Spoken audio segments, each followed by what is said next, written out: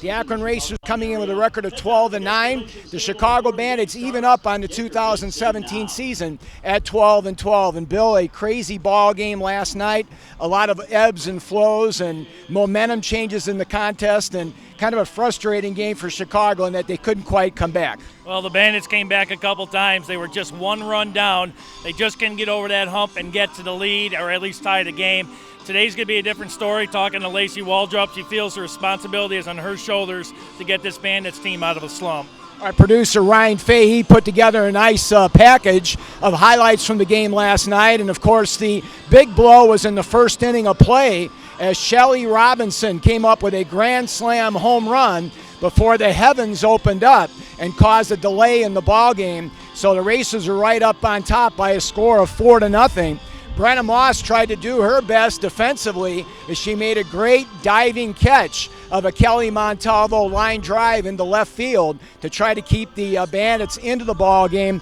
And then later on, Sam Fisher-Cook hit her first of 2 home runs on the ball game. This was a solo shot. At that point, it made it 5-0, and she was on her way to our Vaults Lock It Up player of the ball game. Griffin Joyner then added another RBI single. That made it a 6-0 advantage for the visitors at that time. Didn't look like the Bandits really had a chance, but then they came back and cut the lead down to 1. They got it started off by Brenna Moss, who had an RBI triple, and she was able to scoot around the bases and come home. And then the Bandits started their rally. Natalie Hernandez came up with a big 2-run RBI base hit to cut the lead to 6-4. At that point of the ball game, the Bandits were able to score on a wild pitch to get it within 1. But again, it was Sam Fisher-Cook with a big 3-run home run that extended the lead. And then later on, an RBI double off the bat of Sammy Fagan, which extended the lead and made the final score 12-7, Bill. So the Bandits certainly had a lot of opportunities in the game, just really couldn't get that base hit in the key opportunity. I know, and the Racers were able to put together the small ball and the long ball at the right times of the games. I think tonight they're going to have to come out strong. They're going to have to do the small things, small ball, and if the long ball happens, so be it. But I think they're going to come out doing a lot of small ball first. I know Lacey wants to get ahead of the count. That's one of the major keys she mentioned to me. She wants to make sure she doesn't fall behind so she can throw the pitches she wants to pitch, not what the hitters want to see. You talked to Lacey quite a bit before the ball game, and she's going to be going up against rookie Sarah Gronewagen, the former star from the Golden Gophers in Minnesota. We've had a chance to see her in the past as well. Yeah, it's going to be a great matchup, Big Ten versus the ACC, and she doesn't pitch like a rookie. She really pitches like she's been in the league for quite a while. Lacey, the veteran that she is out of Florida State, it's going to be a great matchup between these two. We've seen Sarah before. I think we could get to her early as long as we don't swing at bad pitches and we're more patient at the plate. Last night, early on, it seems like we were out of the first inning in 5 pitches last night, and I'm sure that we just don't need to see that as a coaching staff and for the Bandits.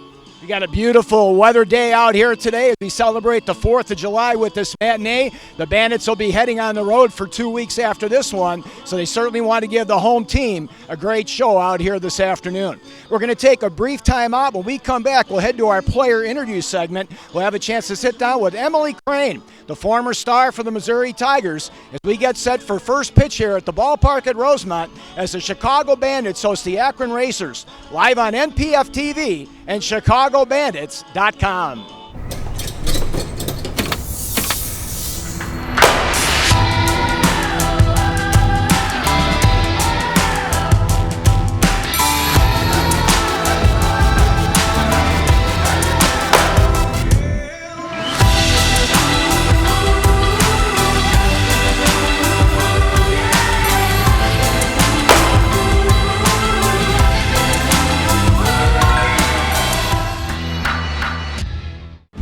What if there were no rules, no limits, nothing to stop you pushing harder, running faster, reaching higher? What if you could train and perform at your peak? Feel And welcome back here to the ballpark at Rosemont as we get set for our player interview segment here on NPF TV and ChicagoBandits.com.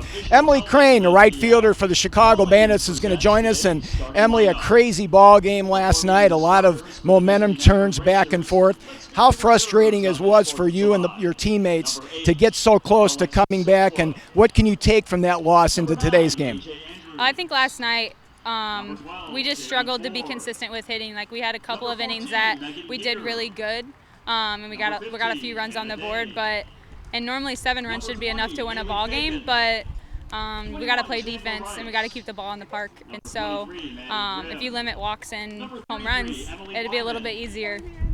You've hit in 7 of your last 9 ball games. What's been working for you recently? Just having a good mentality. Remember that it's just a game and not trying to make it bigger than what it is, because I've been on that side of it too, where you just overthink and you like hit outside of your body, and just trying to stay within myself and play the game.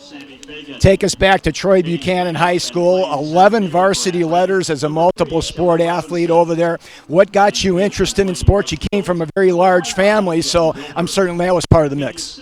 Well, like you said, I was a 3-sport athlete, and my second sport was soccer. I was a really big soccer player. Growing up, I wanted to play college soccer instead of softball, which is kind of funny.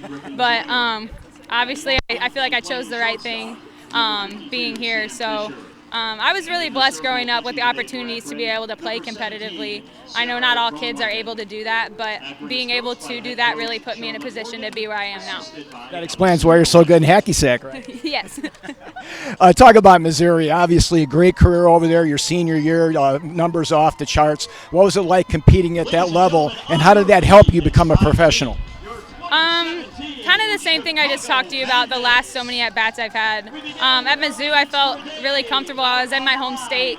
My family was able to come very often, and I felt at home. And having an atmosphere like that really helps the comfort level on the field. So it was easy to play to the highest potential that I have.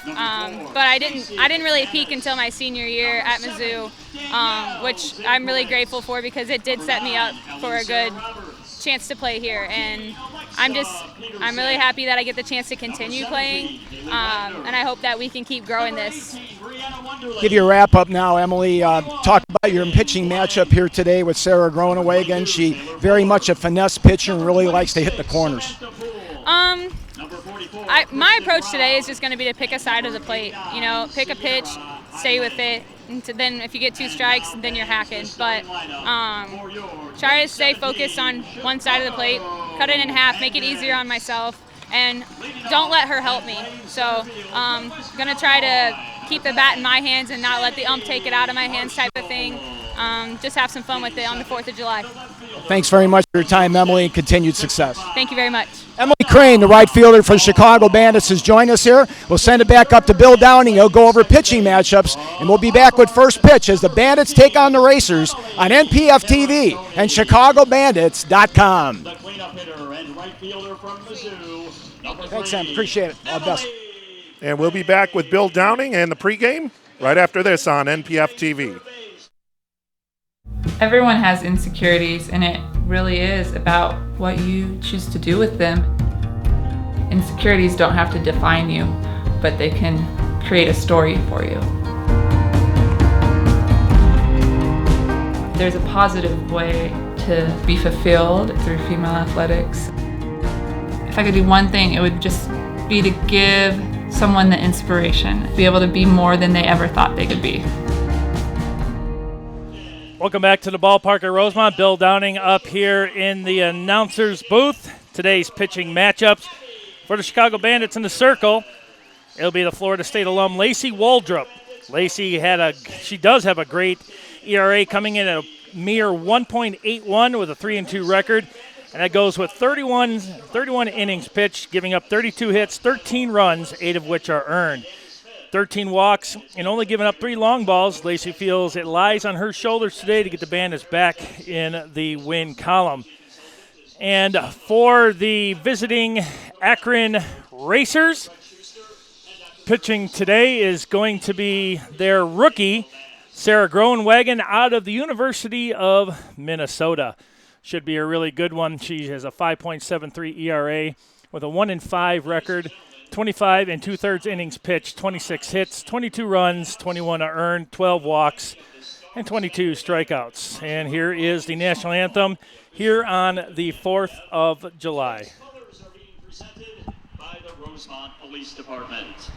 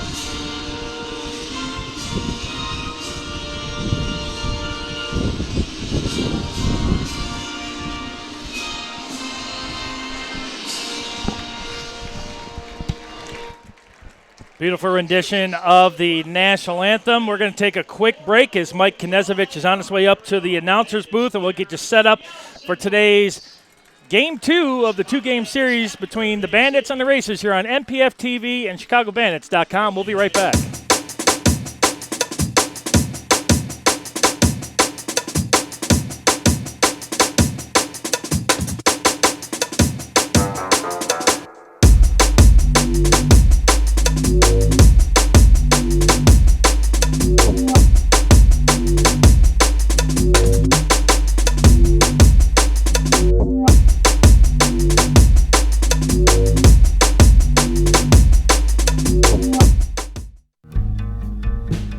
Everyone has insecurities, and it really is about what you. What if there were no rules? No limits? Nothing to stop you pushing harder, running faster, reaching higher. What if you could train and perform at your peak? Feel stronger for longer. Be your best. Always. Every time.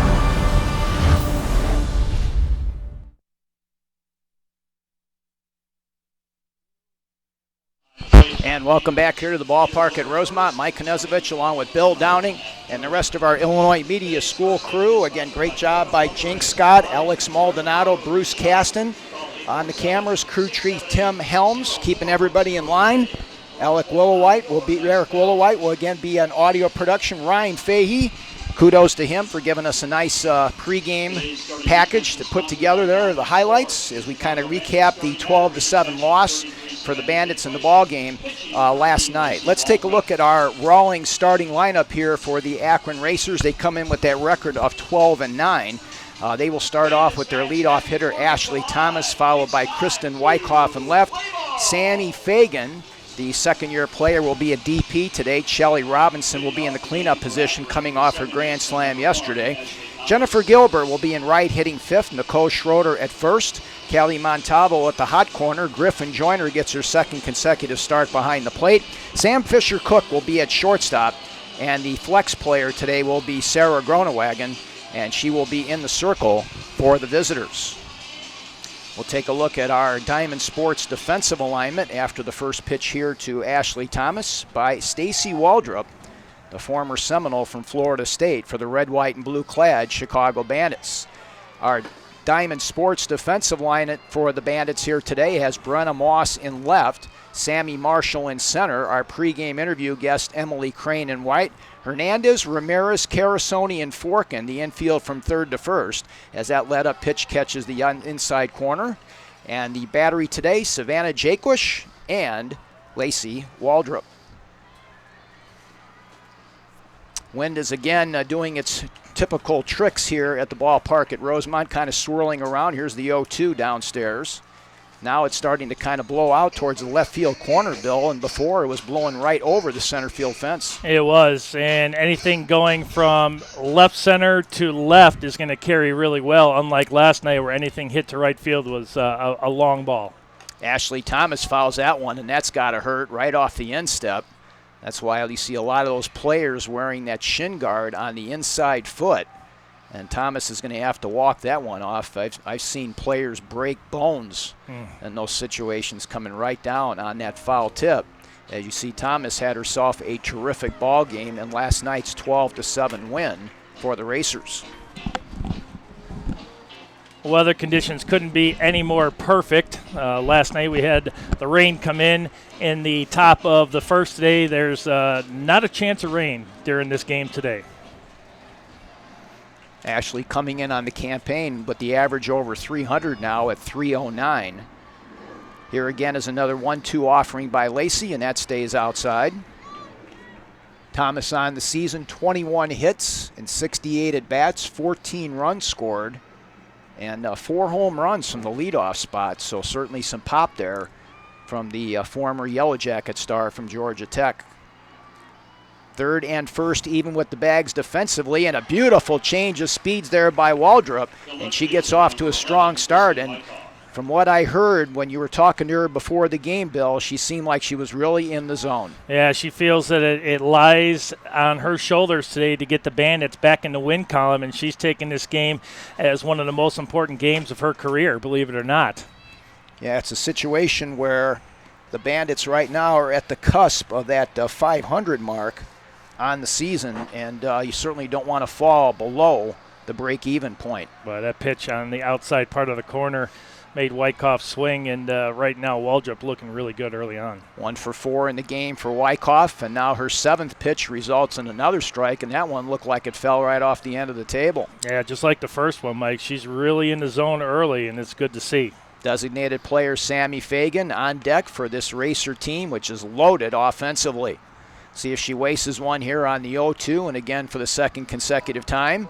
The hitter's fouling that ball right down, so that gives me an idea that that ball's got some nice movement down and in to the left-handed hitter. Yeah, Lacey was very adamant about not falling behind the batters today. She wants to be able to pitch her pitches and make sure that the hitters don't dictate what kind of pitches that she's going to throw. Wyckoff's got the average over 200 at 208 after that 1 for 4 performance last night. And the 0-2 is grounded down to Carasoni. The little flip, and that was a lot closer than what it should have been. But Forkin was able to squeeze it for out number 2. Boy, really close. It looked like she was going to try to transfer it to her hand, and she realized that it was going to be a bang-bang play, and Carasoni gets it over to first base for the second out of the inning. Great job by our camera crew to capture that one, as that was about a spike away from being a tie. So Sammy Fagan from the left-hand side will come in, and she breaks up the no-hit bid right off the get-go here in the first. Good job of waiting on that off-speed pitch and taking it into right field for a base hit. So Fagan continuing her ascent on the batting average. Came in with a pretty low average for the defending Rookie of the Year at the NPF, but she's starting to become a hitter that's looking more like her history from last year. Absolutely, Mike. She pounded that one between first and second with a no-doubter, seeing-eye single. Shelly Robinson up at the plate, now leading the NPF in RBIs with 18. Had a terrific game last night, a grand slam which cleared the bases before the heavens opened, and we had a little bit of a rain delay. So Fagan on first here with 2 outs as that ball is bounced foul. 63 miles an hour on that fastball by Lacey. Outfield playing medium depth, making sure that they can cut off the extra base hit here and keep Fagan from scoring on anything in the gap.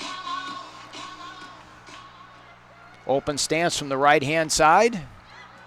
That one catches the knees. John Cambridge calling our balls and strikes today. Peter Blair down at first. Bubba Ewald, who was behind the plate last night, down at third base for the men in gray and black. 1 ball, 2 strikes, 2 outs. Runner on first base, and now we've got deuces wild. 2 balls, 2 strikes, 2 outs here in the top half of the first. 2 other games in the NPF later today as the Texas Charge will take on the Beijing Eagles. That'll be a 3:05 Central start. Here's the 2-2, and she's way around that and fouls it out of play. And then at 6:05 Central, the Scrapyard Dogs and USSSA Pride will go at it again as the Pride coming off a sweep of that series earlier. Now 13-2 to lead the circuit by 4.5 games over these Akron Racers. Here's the 2-2 now as Fagan goes. The throw down to second base is perfect, and They put it right on her. What a throw on the play by Savannah Jaquish as the putout goes 2-4, and the attempted steal by Fagan to retire the side. So Shelly Robinson will lead off the second inning for Akron. So in the inning for the visitors, they fail to score, they pick up a base hit, and on the throw to second base, there's no runners left on the base paths. We'll move to the bottom half of the first inning of play. The Racers have failed to score. The Bandits are coming to bat after we thank Blast Motion. Blast Motion is the official sensor technology of National Pro Fast Pitch. The Blast Softball Swing Analyzer app captures video highlights of your swings, combines them with Blast sensor metrics, helps you analyze your mechanics, and provides drills for improvement. The 360-degree solution empowers athletes to get better. Purchase yours today at blastmotion.com. Let's take a look at the Rawlings starting lineups for your Chicago Bandits, coached by Sharonda McDonald. They will lead it off today with Sammy Marshall in center. Double Nichols, Brenna Moss in the 2-hole. Emily Carasoni hitting third. Emily Crane, our pregame interview guest, will be batting cleanup today. Natalie Hernandez off a 3-for-4 game last night at the hot corner. Savannah Jaquish dropped down to 6 today. Designated player here this afternoon will be Stacey Mae Johnson, the veteran. First base will be manned today by Chelsea Forkin. Abby Ramirez in the 9th position at short. And our flex player today in the circle is Lacey Waldrop for the Bandits. Let's take a look at the Diamond Sports defensive alignment for the Akron Racers, who come in with that record of 12-12. Kristen Wyckoff will be in left. Shelly Robinson with the grand slam last night in center. Jennifer Gilbert in right for the Racer outfield. The infield from third to first has Montalvo, Fisher Cook, Schroeder, and also at second base as well for the Racers today will be Ashley Thomas, and the battery will be Sarah Gronewagen and Griffin Joyner getting her second consecutive start in the circle. So leading it off will be Sammy Marshall. Sammy 1-for-4 in the game last night as the Racers did a really good job of keeping her off the base pass for the most part. They did, and defensively, you still have Montalvo and Schroeder thinking that Marshall's going to try to slap hit it for a base hit, and that's probably a smart move for them to be coming in on the corners. Here's the 0-1, and Sammy offers on that one and fails to connect, and quickly she's behind. 66 miles an hour on the radar gun on the Gronewagen fastball. Montalvo again playing in, and the same with Schroeder over at first base, even on the 0-2. As we saw last night, Sammy purposely grounded that ball out to shortstop and beat the throw by Fisher Cook as she bounded that ball high off the turf. Averages dropped a little bit below 400 now for Sammy as that's flared on the play over Coach McDonald and out of play. And the count remains at 1-2.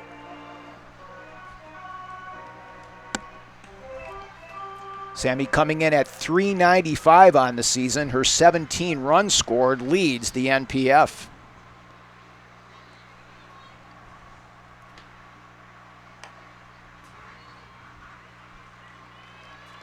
Sarah, of course, will be participating with the Canadian national team as they move towards that particular competition. Here's the 1-2 now to Sammy, and a good take there. 210 down each line here at the ballpark at Rosemont. 220 to straightaway center. That 210 to left field will play a lot shorter here today, as definitely a hitter's friendly wind galing in. And that one didn't quite catch the inside corner. Had a lot of movement on it coming down and in to the left-handed hitter. Outfield playing shallow, and to play Sammy to swing a little bit late towards left center. Here's the 3and2sports.com payoff, and that's fouled. And a good at bat here by Marshall, watching a lot of pitches here from Groenewagen. I like Marshall's approach at the plate, trying to put the pressure on the pitching staff. Going to make her work early. As it's warm out there, the more pitches, the better. The better she'll be able to see and predict what pitch is coming. Here's another payoff coming over to Sammy. And she weighs on it and misses, and the throw on the drop third strike by Griffin Joyner is perfect to Schroeder. 1 up and 1 down as both pitchers able to record a strikeout swinging to start the ball game. So double nickels, Brenna Moss now will come to the plate. Brenna had the big RBI triple and picked up a couple RBIs in the game last night as she continues to come back from that midseason injury. Doing a great job in left field as well with that diving catch that you saw in the pregame package. Brenna coming in at 308 on the season, and she's had 4 RBIs so far, 5 runs scored. Outfield playing medium depth. Right now, Sarah looks like she's got some nice movement on that breaking pitch into the left-handed hitter's fists. Schroeder and Montalvo inside at first and third, respectively, for the 1-1.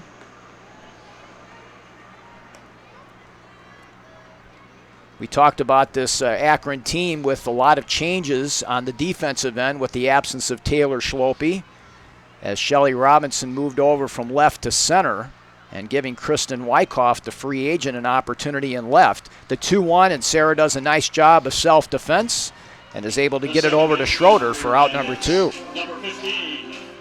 Fields her position very, very well. She's going to take a couple steps out of the circle. Kelly Montalvo over there checking on her pitcher. Seems to be good. She shakes it off. Nice reaction there as she got the glove up about face high and had the presence of mind to get it over there quickly to Schroeder for out number 2. So Emily Carasoni now will come to the plate with 2 outs and nobody on for the Bandits in a scoreless tie. And she'll take the first pitch on the outside corner for strike 1. Carasoni coming in at .423 on the season, 1 home run, and 13 runs driven in for the former Auburn Tiger. 1 for 3 in the game last night with a walk.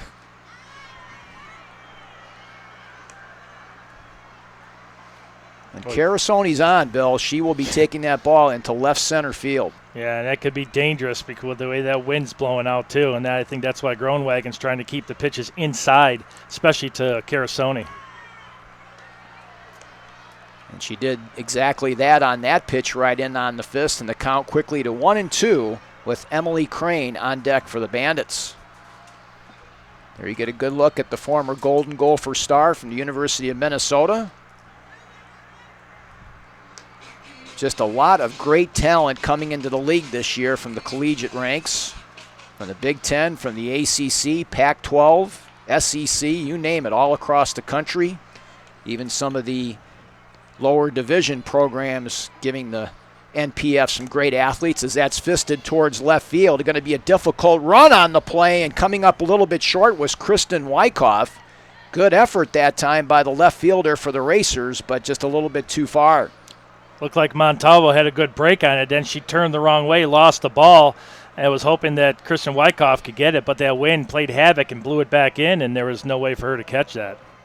So the South Florida star returns to her left field position here as we've got Deuces Wild with 2 balls, 2 strikes, 2 outs here, and a scoreless bottom of the first. Carasoni now looks out at Groenewagen. Here's the pitch, and that's laced foul into the left field corner. And if anything, the Bandits are seeing a lot of pitches here in the first inning. That was pitch number 20 for Sarah. Yeah, and that's good compared to last night when the Bandits only had 5 pitches against them in the first inning. So they're making them work, and the conditions are very warm out there. So this is favoring the Bandits. The more pitches they see, the less of a chance that they're going to be able to strike out, and they're going to be able to see the pitches they want to see. Rachel Fico's actually in the bullpen right now. Here's the 2-2, and Carasoni hits this one. It's going to be a tough play with the Sunwood Montalvo, and she lost it. And that ball is going to end up going harmlessly foul as Montalvo struggled for the second consecutive time with that win, peeking over the first base bleachers. She lost that one right away, and she tried to she's doing it again right now, trying to, even with the eye black on, she's still having a hard time seeing that ball off the bat, and that wind didn't help neither. Surprised she doesn't have her traditional visor on either on a day like today, but you're right, she does have that eye black on. So 2 balls, 2 strikes is again Carasoni extending the at-bat here. Here's the pitch by Groenewagen, and the let-up is hit right into right field nicely for a base hit for Emily Carasoni. So once again doing a terrific job of waiting back on the off-speed breaking ball. 22 pitches so far Groenewagen has pitched, and Emily Carasoni does exactly what she's always been doing and just hitting the ball, getting on base, and now Emily Crane comes up. So Carasoni now is 1 hit behind Marshall for the team lead, her 31st safety of the season. So Emily Crane stands in, and she gets a good rip at that one, 4-strike-1. Emily coming in at 273 on the season.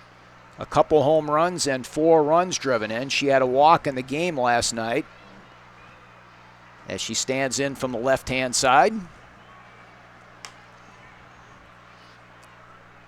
I think we're going to see a more aggressive approach by the Bandits on the bases. Definitely not in the batter's box today, but I think now that they're on the bases, I think Sharonda McDonald's going to want to try to pressure the racers on every aspect on their defense. Here's the 1-1, and frame job there by Griffin Joyner fails. The Bandits this season, 17 of 23 in the stolen base column, but the thing that's disturbing is the opponents have stole 20 of 21 against them defensively. Here's the 2-1 coming up, and that nice across the inside corner. And that stats, it's not what we would think, especially with Fuller.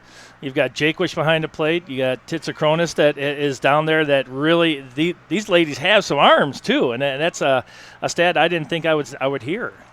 2-2 is laced back up the middle past the diving Sam Fisher-Cook into center field. So the Bandits have themselves a nice 2-out rally here to Natalie Hernandez, who's a very hot hitter coming to the dish. With a little bit of movement in this lineup today, I think you're going to see speed and power and small ball all mixed up into one, and I really like where Natalie Hernandez is hitting, especially today. Now she's got 2 runners on. She's a contact hitter, and she likes to go early.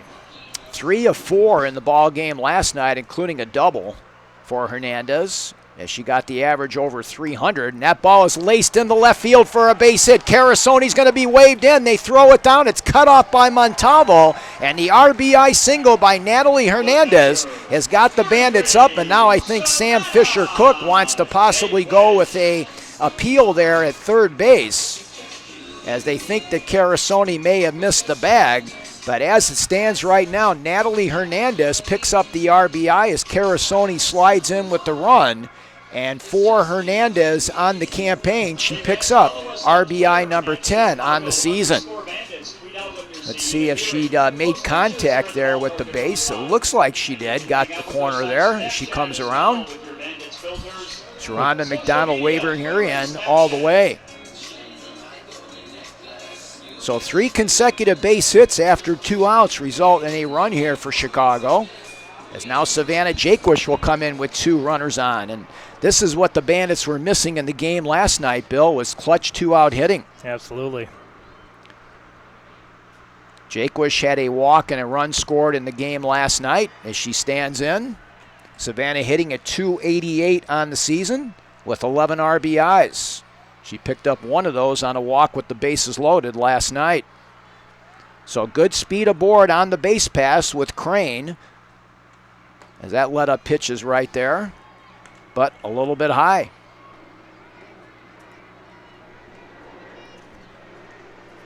Certainly some nice numbers for Savannah with 471 with runners in scoring position and 389 with 2 outs. Here's the 2-0.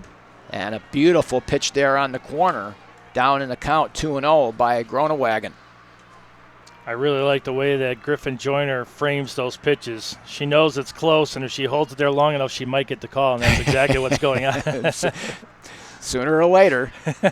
Here's the 2-1. And Savannah takes it right up the middle for a base hit. Here comes Emily Crane. She stumbles over third base and has to return to the bag. So the bases will be full of Bandits, as Emily Crane having a little bit of a laugh there with Sharonda McDonald. And she certainly made the correct decision there after the stumble.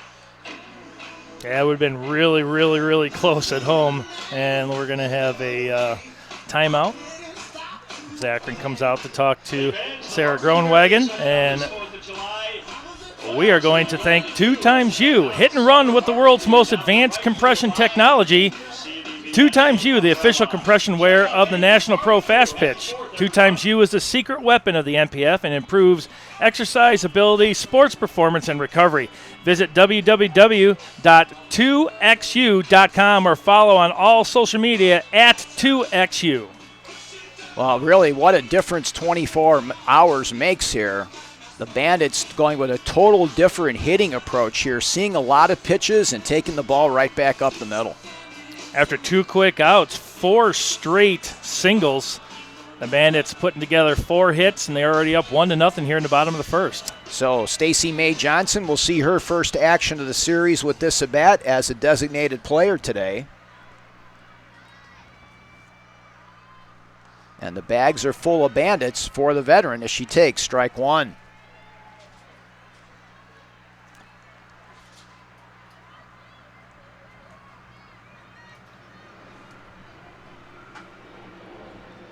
Oh, thanks. John Ember up here helping out the old guy. 225 on the average with 7 RBIs for Stacey May Johnson. Slightly open stance from the right-hand side.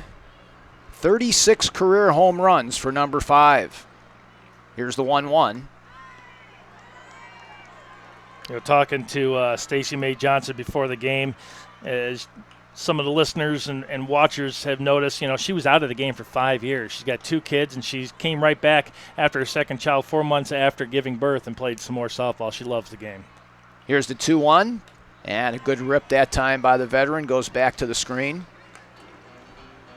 He's got a really unique throwing motion from third base. Kind of short arms it over there, and you think there wouldn't be a lot of power behind it, but boy, it pops the glove of the first baseman every time.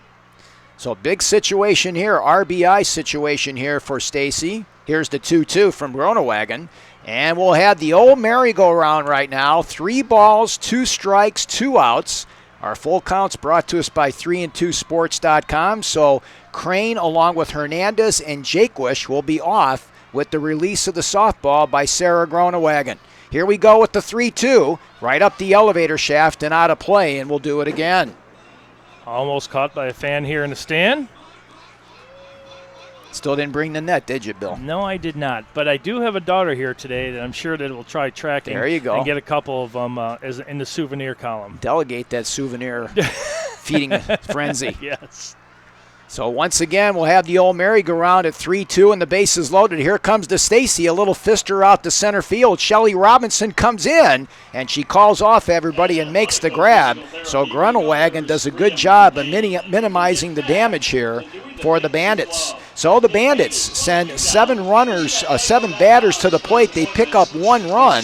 They do so on 4 base hits. There were no racer errors and a big 3 runners left on base. We've completed 1 inning of play here at the ballpark at Rosemont. It's the Bandits 1 and the Racers nothing. We'll take a brief timeout and come back on NPF TV and ChicagoBandits.com.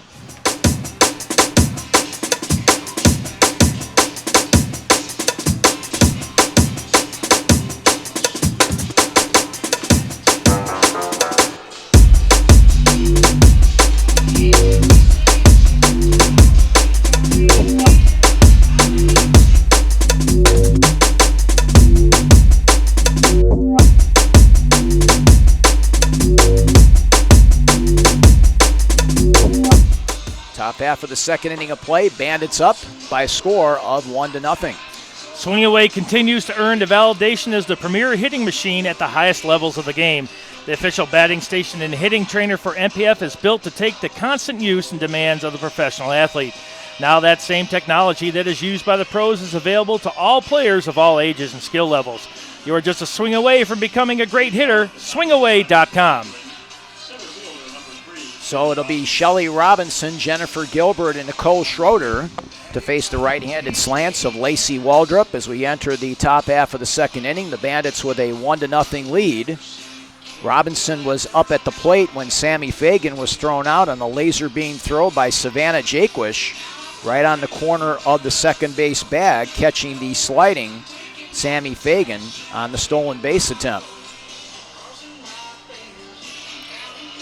Robinson continuing to grow into her role as an outfielder for this team. You saw the gaudy numbers that she put up in the game last night, and now leading the circuit in RBIs on the season as well. Robinson coming in now at .352 on the season, 6 home runs, and 17 runs driven in. Open stance from the right-hand side, and the 0-1 floats a little bit outside to even the count.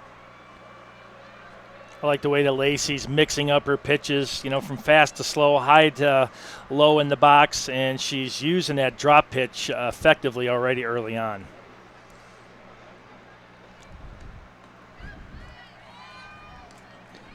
Once again, we have the folks over here from Gold Canyon, and they're teaming up with the Chicago Bandits to support Salute Incorporated, raising funds to support our veterans. They have candles and all kinds of potpourri down there in the lobby as well as in the trailer that are being sold out here today. 40% of all candle sales and $2 from each ticket sold will be presented to Salute to support their efforts and supporting our veterans. Very important here on Independence Weekend. 1 ball, 2 strikes here to the leadoff hitter for the Racers, and she'll rip that one foul. Waldrop is at her best when she's got the off-speed breaking pitch working, keeping the hitters out in front. She'll get strikes on those. They'll be loud strikes, but they will not be in the field of play when she's on. Jennifer Gilbert on deck for the Racers. Here's the 1-2, and that's about a 38-footer.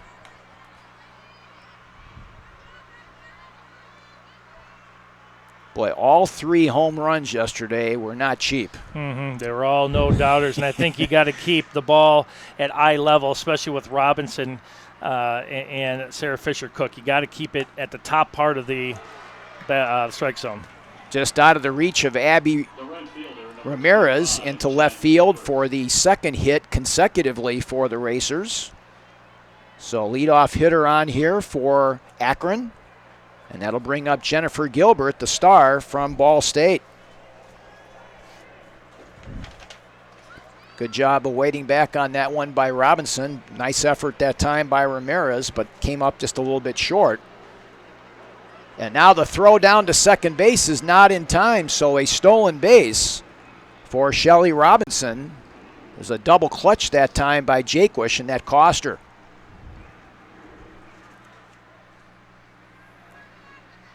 I'm not sure if she thought that maybe that ball was not in play, and then as you mentioned, she double clutched it, but that time it was too late. Third consecutive stolen base and as many times for Robinson on the season.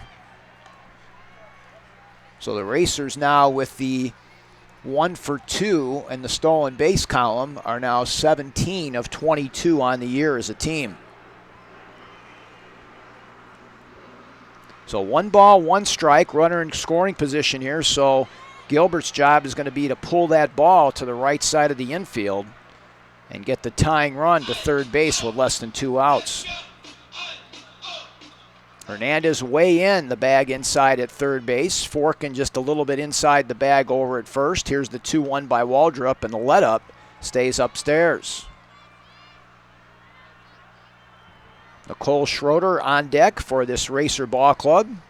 Gilbert with a nice game last night, a couple base hits and 4 at-bats. Bandits have out-hit the Racers here 4-2. They lead it 1-0, but the tying run is in scoring position here with nobody out in the top of the second.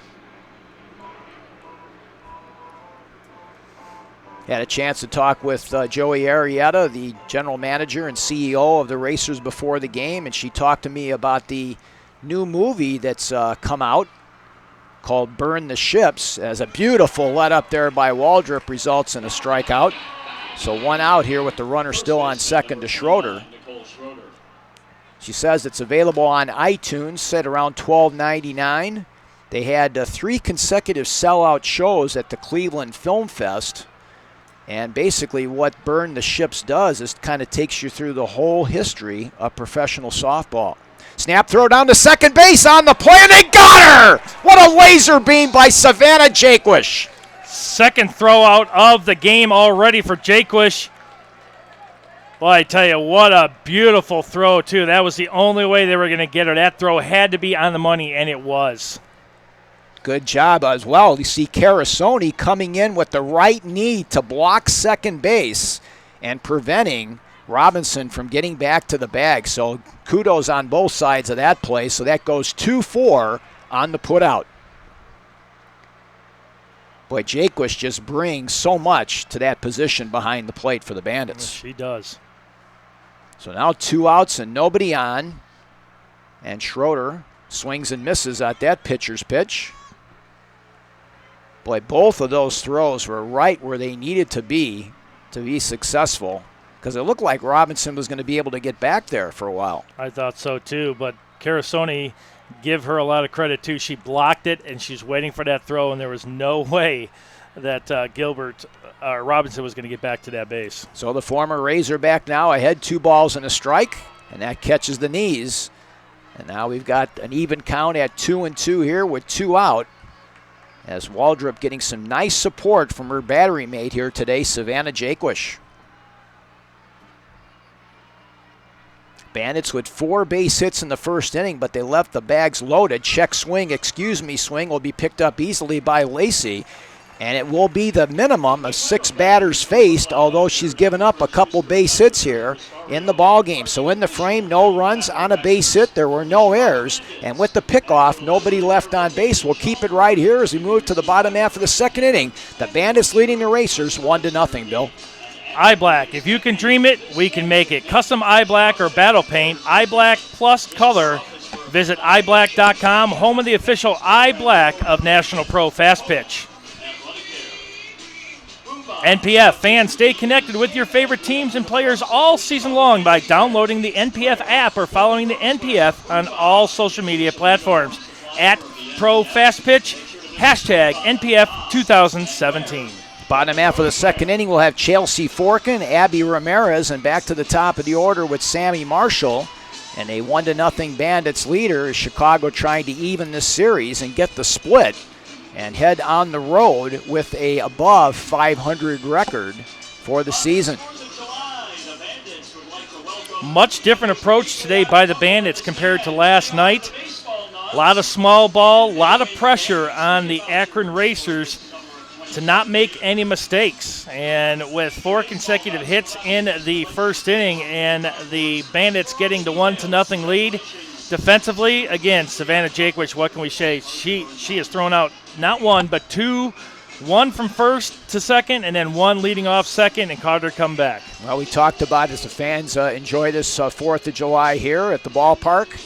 5-game lead for the Pride over the Racers. 8 games in the loss column, so that's a huge deficit for anybody to overcome coming up on the halfway part of the season for both the Racers and the Bandits. Bandits now 6 games out, as are the Scrapyard Dogs.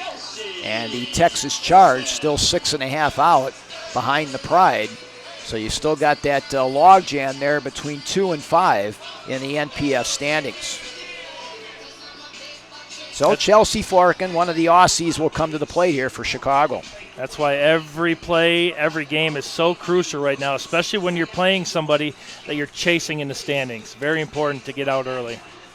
Chelsea still trying to get that average over the 200 mark from the right-hand side. First pitch down and in for ball 1.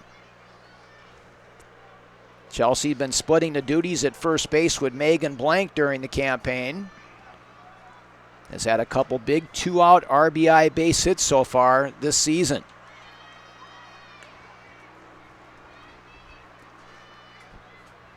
Just joining us, the Bandits had a 4-hit first inning. Picked up the RBI base hit from Natalie Hernandez. It could have been a 2-run base hit, but unfortunately Emily Crane stumbled over third base and had to return to the bag, and then a good job by Groenewagen to minimize the damage by getting Stacey Mae Johnson on a tough at bat there as they battled through a 3-2 count as Rachel Fico now warms up in the Akron Racers bullpen. 2 balls and a strike here in the bottom of the second, and the let-up pitch is popped easily to Kelly Montalvo as she'll put it away for out number 1. Number 11, Abby Ramirez. So Abby Ramirez will come to the plate. Ramirez has certainly had success against right-handed hitters. She was 1 for 4 in the game last night, going up against Wyman. And so far this season, hitting at .351 against right-handed pitching. Gives the Bandits a nice left-handed, right-handed combo once we get Kristen Brown back. Here's the 1-0. That ball slashed foul, and quickly she's in the hole. Kristen has been dressed and has been warming up. Didn't really see a lot of evidence of any kind of arm trouble in her throwing from shortstop today, but I think it's more of a hitting issue. Here's the 1-1. That's where she hurt it. One swing, then Sharonda McDonald came down, asked her if she was okay. The very next swing, that's when she pulled her out because it definitely was something not right in her shoulder. Ramirez again will try to get that bat through the zone as quickly as possible on the 1-2. It tips off the glove of Groenewagen, and the throw is going to be not in time, so that's going to be an infield single as Thomas's throw did not beat the speedy Ramirez to the bag. So that'll be the 5th hit here this afternoon for the Bandits. The speedy Ramirez now at first brings up the top of the lineup with more speed with Marshall coming up next. As you see, good job once again by the men in gray and black. Right on it, Peter Blair with the call. Oh, great camera work there, too. So back to the top of the order here. Sammy Marshall certainly likes the home cooking, hitting at .455 here at the ballpark at Rosemont. So good speed aboard with Ramirez. They go hit and run. It goes off of Montalvo, and she's going to have to eat it. So let's see if they rule that too hot to handle at the hot corner. And they do not. They give an error to the 2-time NPF Defensive Player of the Year, Kelly Montalvo. That's kind of a tough call right there. I mean, she's only 20 feet from the batter's box. She was lucky to get a glove on that, to be honest with you. But there was no way she was going to get Sammy Marshall on that play. So now great speed aboard. Ramirez at second with Marshall at first. Here's the let-up pitch hit down to Brenna Moss. Bobbled temporarily, but finally recovered on the play by Schroeder. So that will go unassisted for out number 2. But once again, the Bandits with a great opportunity here. 2 runners in scoring position. And let's see now what Groenewagen along with Joyner decide to do here with Carasoni in first base open. They're going to have to be really, really careful with her with 2 runners in scoring position, too. You mentioned this last time, Mike. I don't think you want to let into Carasoni, but if this is the time to do it with first base open, if you must, take it easy on her. 5-2 now. The Bandits have out-hit the Racers. Carasoni grounds it on the play. Tough play, and they are going to call it foul. Again, it's not where that ball ends up on the other side. It's where it goes over the bag.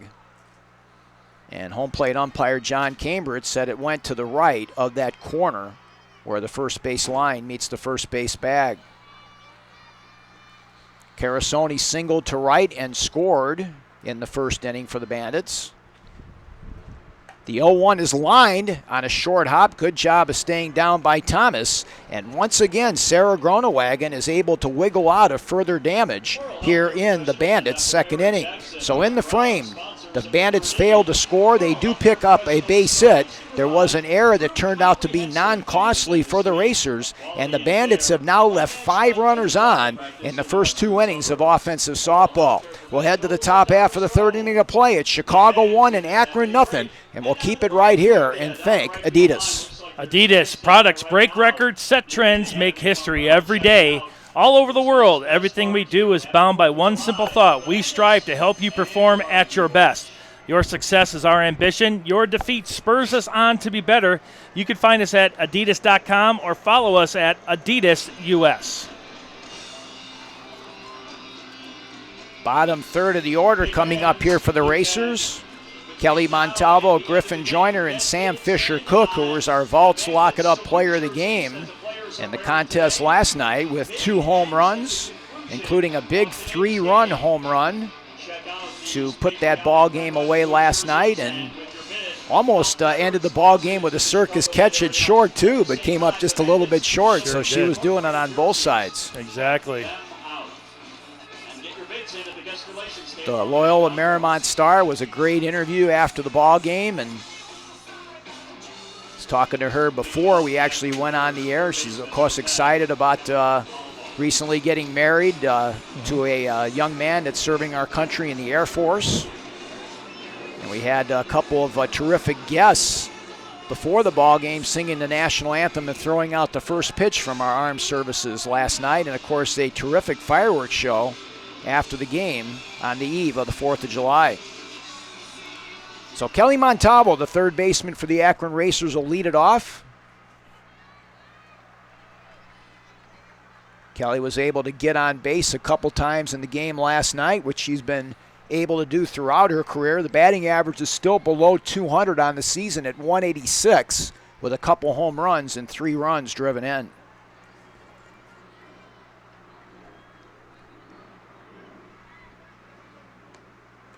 "4 feet 10 inches tall," but I tell you what, you can't measure the size of the heart.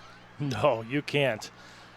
And what I thought was really neat when the Racers came here the very first time, they presented her with recognition, being the longest tenured racer on the team. And I tell you, like you mentioned, she's only 4'10", but she plays like a 6-foot star out there everywhere she plays. In the batter's box, she's not afraid. She'll stick that elbow out. She was hit by a pitch last night. She does whatever it takes to get on base and help this team out. Yeah, her on-base percentage is really what's the key for her play. She had a nice stretch last year where she got the average over 300, was kind of a career high for her hitting. Eventually tailed off a little bit, but it's the on-base percentage, the base on balls, and the patience at the plate. And, of course, defensively, there's really none better. 2-2 is laced down to her counterpart as Hernandez will go with the throw over to Forkin. 1 up and 1 down here in the Racer third. Good job by Hernandez to scoop that up and get it over to Forkin to get the speedy Montalvo for the first out here in the top of the third. So the catcher, Griffin Joyner, will come to the plate. Griffin had an RBI, was able to add to that 11-7 lead with a late run-scoring base hit. The former Wildcat from Kentucky was able to visit before the ball game with Rachel Lawson, the head coach for the Wildcats, here today. As Rachel's had a plethora of terrific players in that program, including our own Brittany Cervantes from the past, who had some big home runs down there in Lexington. Joyner with that RBI on the base hit last night. Here's the 1-1. That's hit towards right field. Emily Crane settles under it in foul territory, and she'll make the running catch for out number 2. Great job by Crane to track that ball. That wind helped blowing it back toward her to make things a little bit easier, but she had to run about 20 feet to get that, and she made it look easy. So 2 up and 2 down now for Sam Fisher-Cook.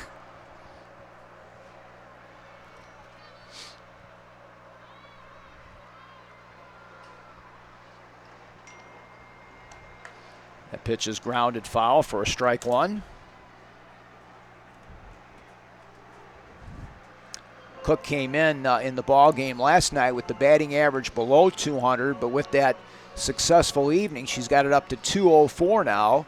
3 home runs and 7 runs driven in for the 9th place hitter for head coach Charlotte Morgan and the Akron Racers.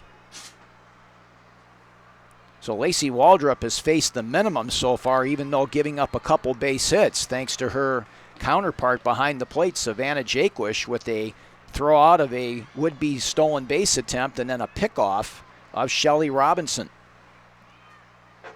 Now she's ahead of her, no balls and 2 strikes. Let's see if she wastes one. Instead, it gets lifted out towards right field. And again in foul territory for the second consecutive time, Emily Crane will put it out. So 9 batters have faced Lacey Waldrop here in the first 3 innings. And once again, the Racers fail to score. They do not pick up a base hit this time in the frame, and they do not leave anybody on base. We will head to the bottom half of the 3rd inning of play, and we're going to have Mickey Dean, the former Bandits head coach, is going to join us here for an interview. Right now, it's the Bandits 1 and the Racers nothing. Back after a brief timeout on NPF TV and ChicagoBandits.com.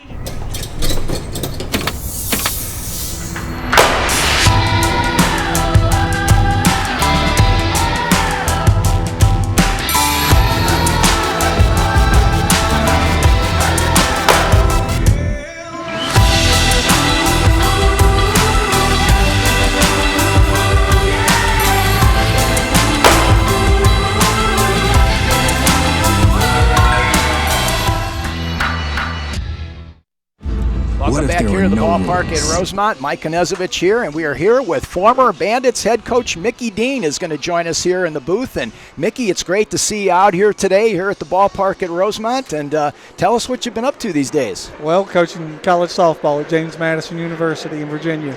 But, I came back to Rosemont when the field was first built, but this is the first game I've been to.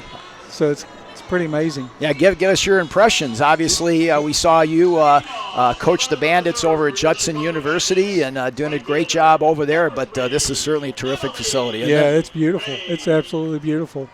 Yeah, it's a different game than the games over there at Judson, a little bit quicker.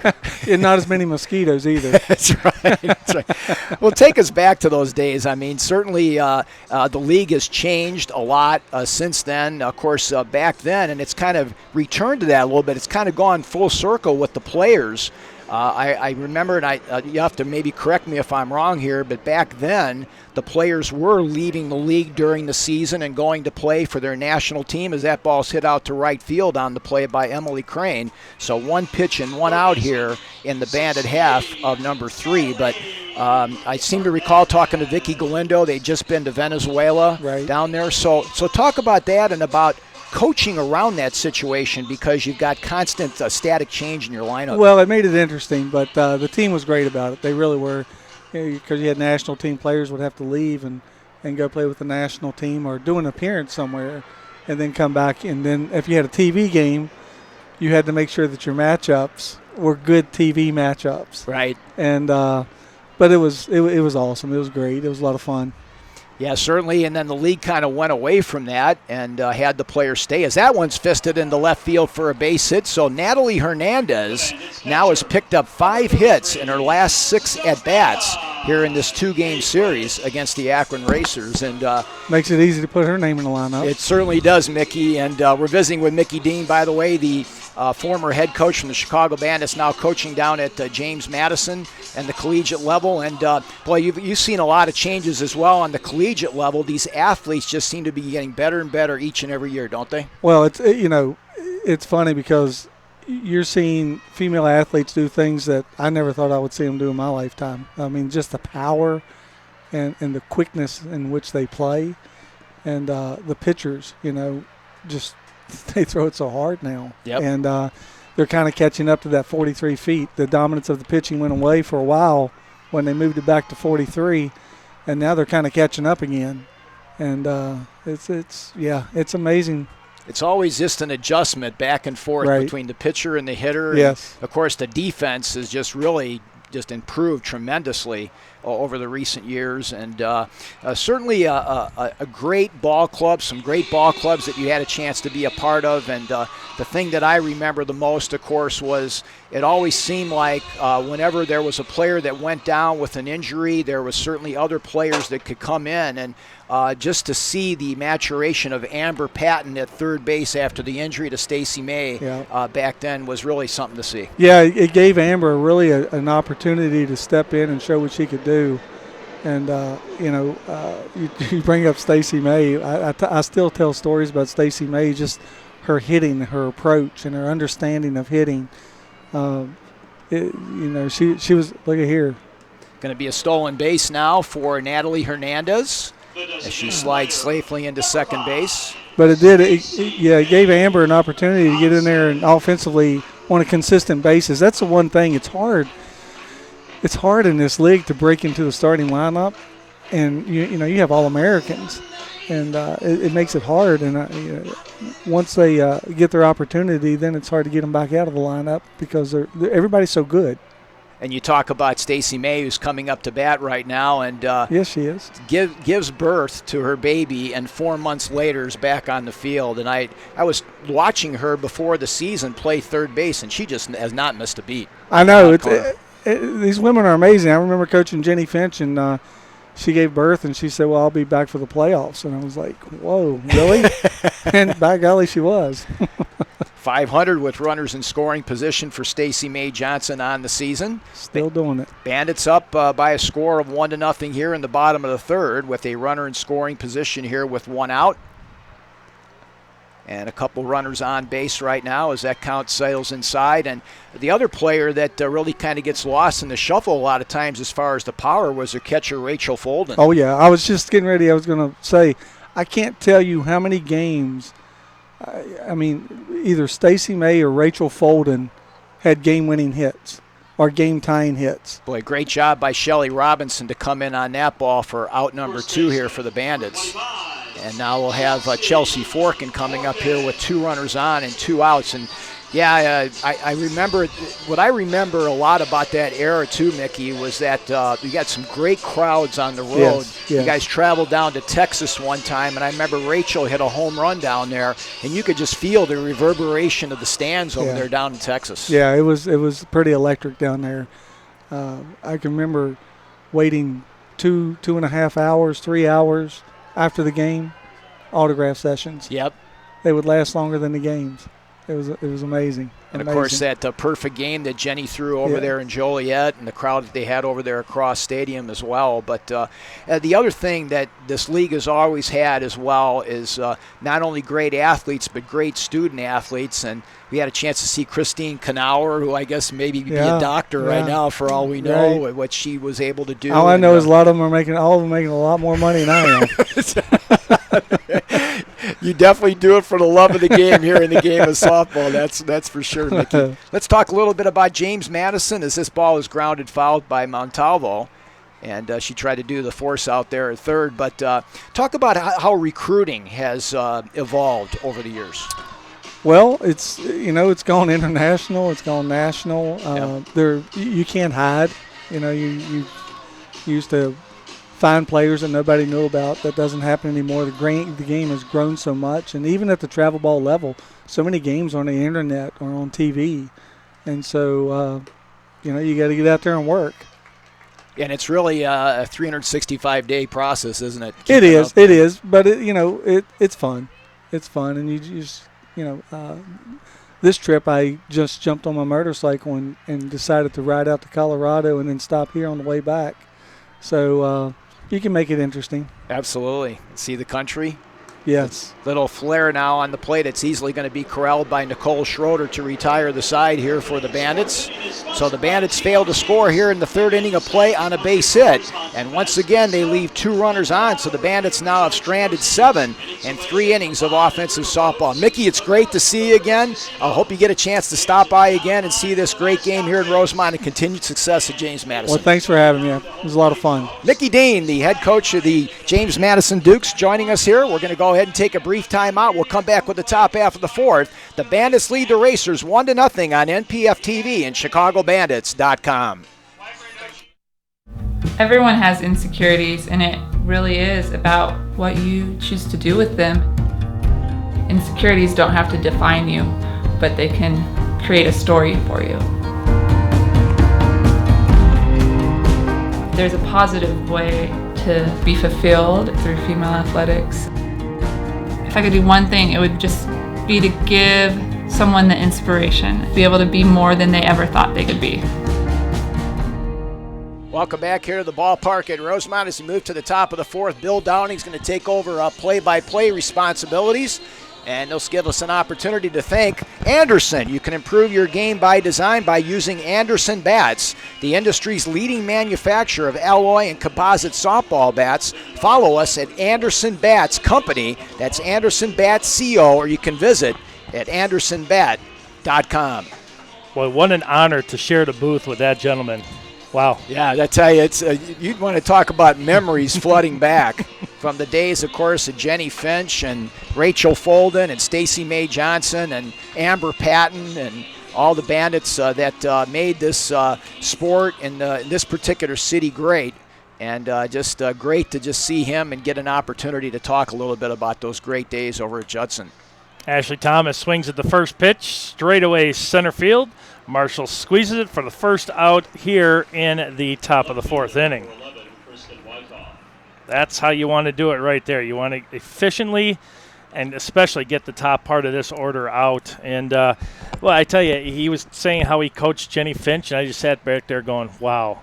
I mean, can you imagine coaching such a legend? I mean, that's amazing. Nice to be able to put that name in the lineup either at first base or in the circle every day. Mm-hmm. Christian Wyckoff up. She was a ground-out victim back in the first inning. Lacey Waldrop, 2 strikeouts so far on the day. Very efficiently in the circle today. They lead 1-0. Yeah, you think about that, some of those teams and the players. I mean, you had a core there, 4 or 5 players that ended up being perennial all-NPF performers each and every year.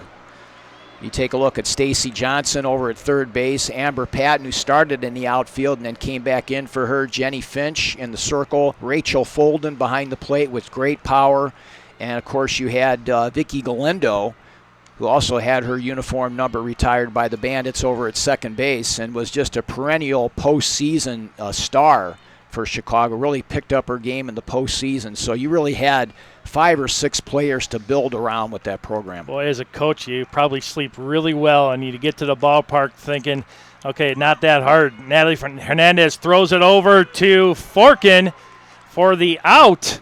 Very, very close play. No, they're going to say she was safe. Wyckoff runs it out to first base. Well, that's another one of them bang-bang plays. You got to get it out of the glove quickly. And that's going to be a hit for Wyckoff. Kind of interesting. It looked like that right foot missed the bag, Bill. It and did. Then I don't know about the second foot, if it got there in time or not. But, boy, great camera work here by our crew is Jinx Scott, Alex Maldonado, and Bruce Caston on their game today. The always trouble Sam Fagan up. She's going to hit that into left field for a base hit between Ramirez and Hernandez, and now racers on first and second with just 1 out.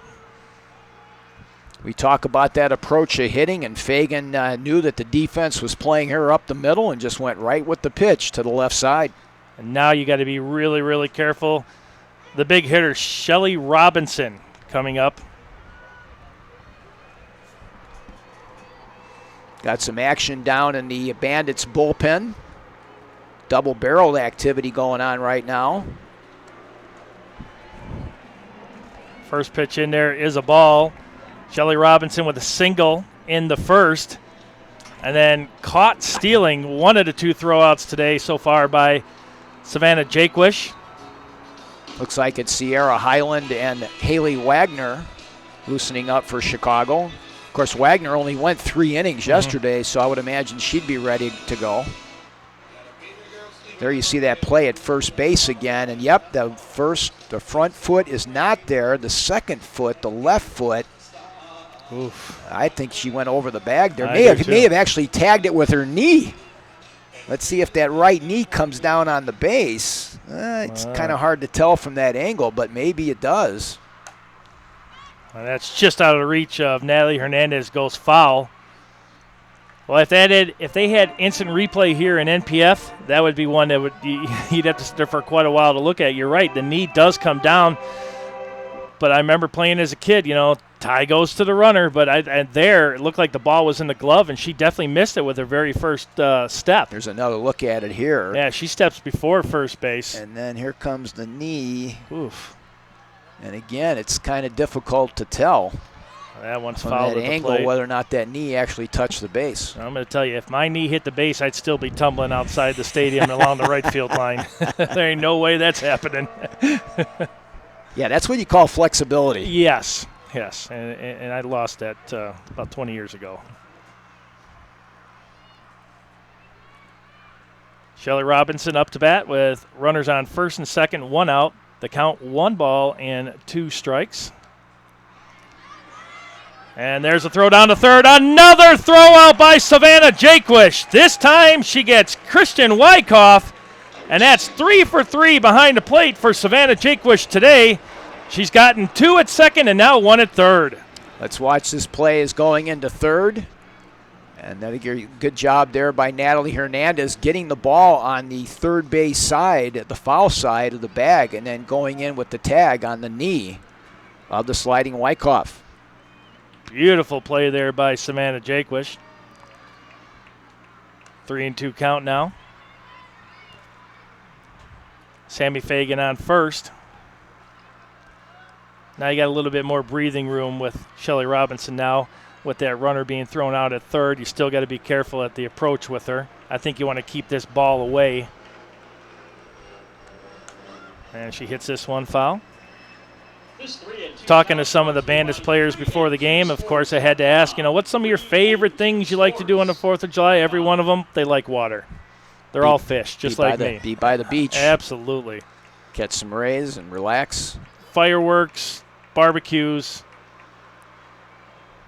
But first things first, they want to win this game so they can enjoy tonight. And that's going to be ball 4. Going to put Robinson on first, and then moves Sammy Fagan over to second.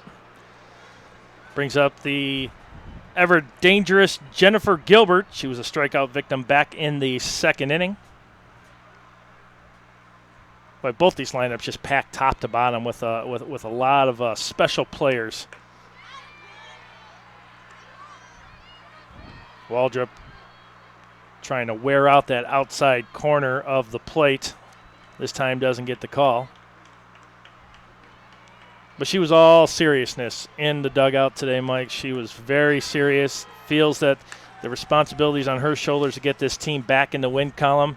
With everything being so tight there for that final playoff spot, every game's very important, and she's really taking on the role of being the one that she thinks will bring them out of this minor little slump they're in. Well, that one gets away from Jaquish, and both the runners will move up.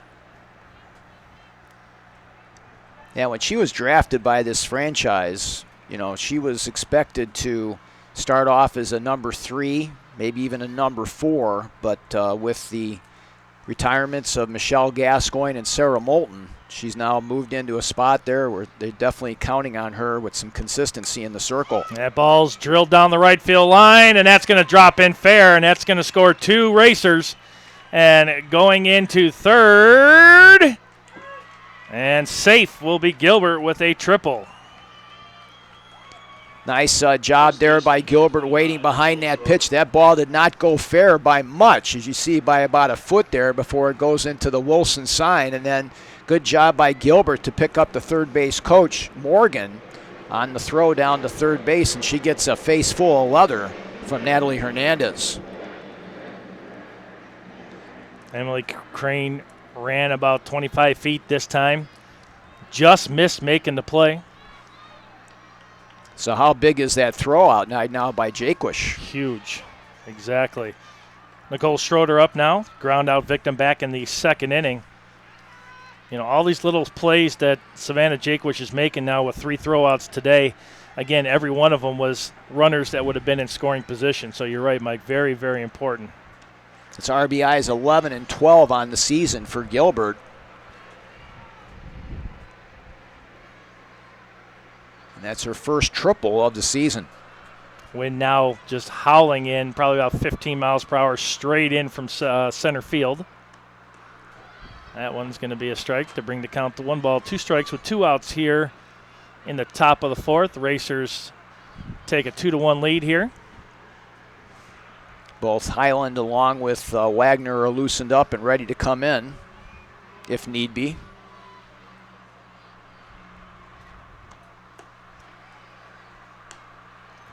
One thing you noticed, Jennifer Gilbert not getting too far away from third base after what Savannah's been able to do today behind the plate. That's another thing, another effect on the offense. Shortens up those leads for sure. That one's going to be fouled off at the plate. Lacey still's got some good movement on that ball, dropping in, but just a great job there by Gilbert to get the barrel of the bat around the ball. And she's mixing up speeds really well today, Mike. That one was 61. We've seen anywhere from 47 up to about 65 miles per hour, so she's mixing it up really well. Jake was trying to frame that pitch. 3-2 count now with 2 outs. Montalvo on deck for the Racers. 2 spot here in the top of the fourth, and they take a 1-run lead. And that's going to be fouled off at the plate. Both of these teams have really done a great job of making each pitcher work this afternoon. High pitch counts for both, you are right. And with as warm as it is down there on the field, the more pitches you get these pitchers to do, I mean, their wear factor is definitely starting to get lower, and you can see Waldrop is starting to drop that shoulder a little bit and getting behind in the counts. Looks like Sharon is going to come out of the dugout here. Let's see if they're going to make a change in the circle, Bill. That'll give us an opportunity to thank the great folks over at Evo Shield. Evo Shield is the preferred protective gear of NPF. Lightweight gear and custom fit. Available for athletes of all ages, you can find Evo Shield at sporting good retailers nationwide. And it looks like Haley Wagner will be the new Bandits pitcher.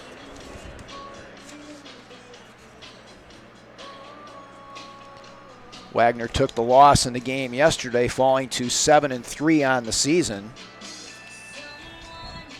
34 strikeouts and 53 innings pitched. She's given up 43 hits, 26 runs, 25 of which have been earned. So you mentioned 34 strikeouts, 16 walks for the former Wolverine from the University of Michigan. So Waldrop goes 3 2/3, Bill. Yep, and Sharonda McDonald now talking to her infielders. I think a little bit shorter leashes now. I think that the fact when you were talking about the playoff positioning and everything, I think now it's coming down to crunch time and a little bit less of room to make mistakes. And I think Sharonda McDonald quicker today on the trigger to try to make things work out better.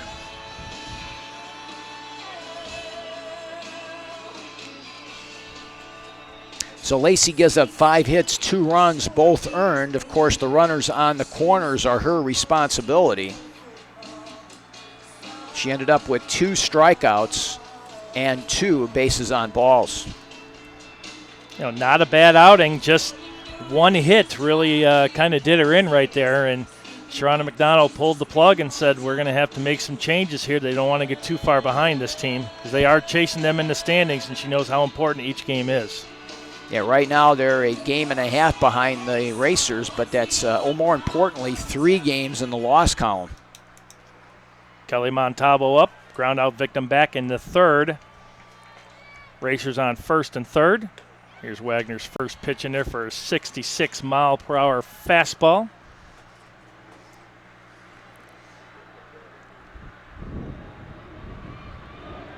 As Mike mentioned, Haley pitched last night, but I think she's looking for a little bit of revenge against these Racers, and Montalvo will drive it into right field and drive in another run. Jennifer Gilbert will come in with the RBI. Shorter moves down to second. Montalvo to first with that single. Those are the little things that Kelly Montalvo does to help her team win. She does. Now a 3-1 lead here for the Racers in the top of the fourth. Griffin Joyner up now, and she was a popped out back in the third inning.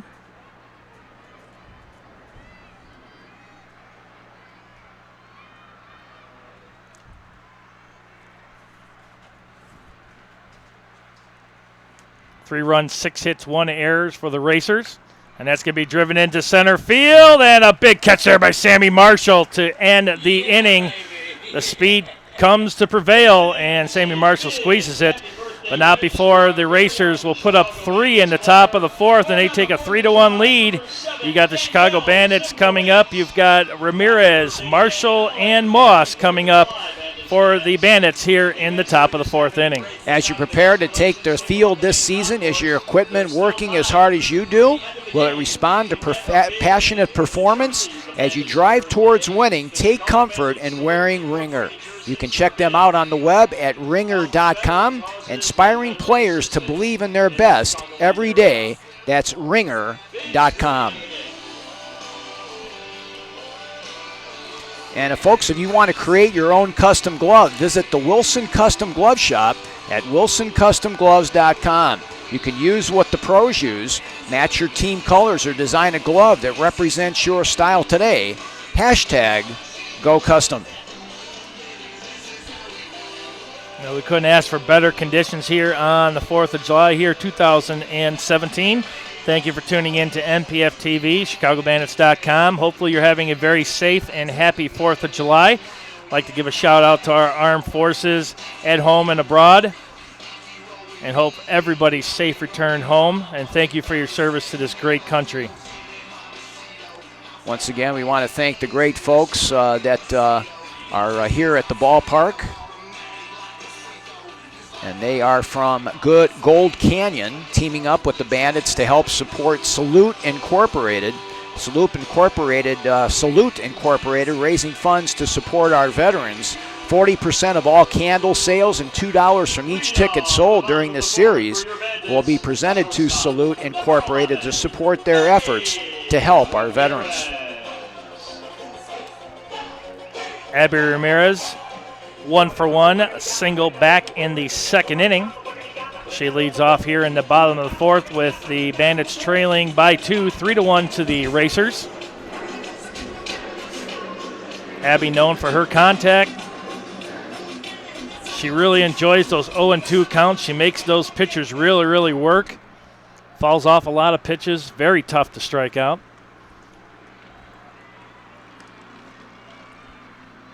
But lost in all this has been a nice performance by Sarah Groenewagen. Absolutely, and you mentioned that before the game even started. This is going to be quite a matchup. She may be a rookie, but you know, she pitches almost like she's a veteran in this league. You know, she doesn't let, I'm not sure exactly what's going on there, but Griffin Joyner walks back out to the mound to talk to Sarah Groenwagen.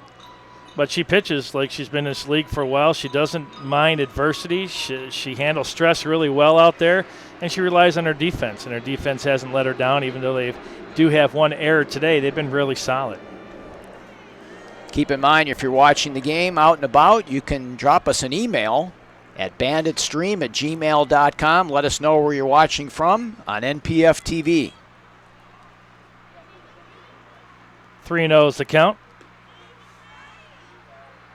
Abby taking all the way, looking to get on base to start a rally here, hopefully for the Bandits. Infield playing in on the corners, Montalvo and Schroeder. And that's going to be hit to Thomas. She's going to scoop it up, throws it over to Schroeder for the first out of the bottom of the fourth inning. Thomas just solid at second base, does a great job of keeping her body low on those ground balls.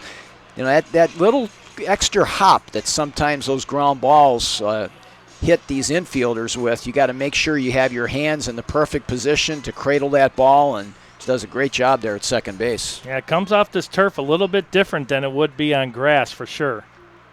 And drier conditions compared to last night for sure, where those balls were coming off the ground. It almost looked like they were skipping on ice. Today it's just very, very dry, but very sound defensive posture there by Ashley Thomas, as you mentioned. She gets down, she swallows up that ball, and she throws it over to first base to make it look easy. Well, the Racers have done a great job in this series of keeping Sammy Marshall at bay. Let's see if she can start a one-out rally here for the Bandits. 2-0 the count. Pitch count growing here for Sarah Groenwagen. This one's going to be grounded over to Thomas again. Scoops it over to Schroeder for out number 2. Left fielder, 55, Brenna Moss coming up to the plate. 0 for 2 on the day, a ground out, 2 ground outs. It was interesting talking to Jory Arrieta about the history of the women's fast pitch and how it evolved back from the 1970s with the International Women's Fast Pitch League starting off and then moving to the WPF in 1997. They had a long break there before the WPFL came into contact. And then, of course, the NPF after that. This one's going to be laid down. It's going to go foul. Montalvo picks it up in foul territory. Smart move. 1 ball, 1 strike with 2 outs here in the bottom of the 4th. You know, a lot of people should really take a look at the history of women's professional softball. I mean, baseball we know has been around forever, but softball has too. You know, and there's a lot of great history. And you look at it, and you were mentioning about a movie that came out that sold out 3 straight shows at the Cleveland Film Festival. I mean, what does that tell you? I mean, it's rich in its heritage here in this country. Yeah, and that was part of the category for female directors that Burn the Ships was able to come up with some honors. This one inside. 3-1 the count now. Brenna Moss 0 for 2 on the day. Base is empty. Bandits down by 2, 3-1 here in the bottom of the 4th inning. Looks like got 2 pitchers warming up in the Bandits bullpen. That's going to be grounded over to Thomas. She will have all 3 putouts here in the bottom of the 4th inning. Thomas to Schroeder. 3 up, 3 down for the Bandits. They don't score. They leave nobody with no hits. And we'll come up to the top of the 5th inning. And Hall of Famer Mike Knezovich has a few words from our sponsors.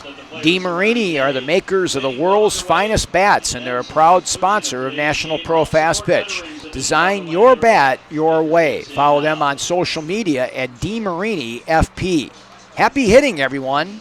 And that's from DeMarini. And the 2017 NPF Championship Series is going to be held next month, August the 17th through the 20th at Tiger Park in Baton Rouge, Louisiana. Come support your favorite team and see who will take home the Coles Cup.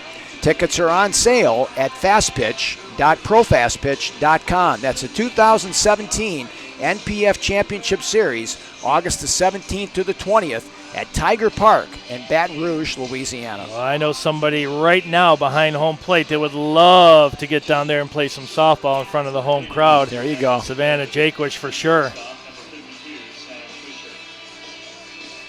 And that's awesome that they're doing that there on the campus of LSU. I mean, that's a huge stadium. It's a beautiful park.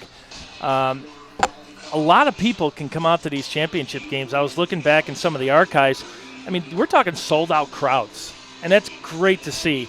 You know, it just goes to show this is the best of the best. These ladies come out, and these are the very best in the world. When we're talking world, you know, you got Beijing trying to make the 2020 Olympics, you know, and try to get players evolved into that position where they can qualify for the Olympics. I mean, this is a very historic season here in the NPF. It is, and of course they're all pointing towards that those Olympic Games coming up. And the Eagles have struggled. There's no doubt about that, as they've tried to acclimate themselves to the new culture. But they've been very competitive in a lot of these games, a lot of one-run ball games, and just trying to get the offense to support the great pitching they've had so far in the early part of the season. And the thing is, they haven't given up, and they're still working out. As you know, our good friend Eric, their strength and conditioning coach, definitely has them in tip-top shape.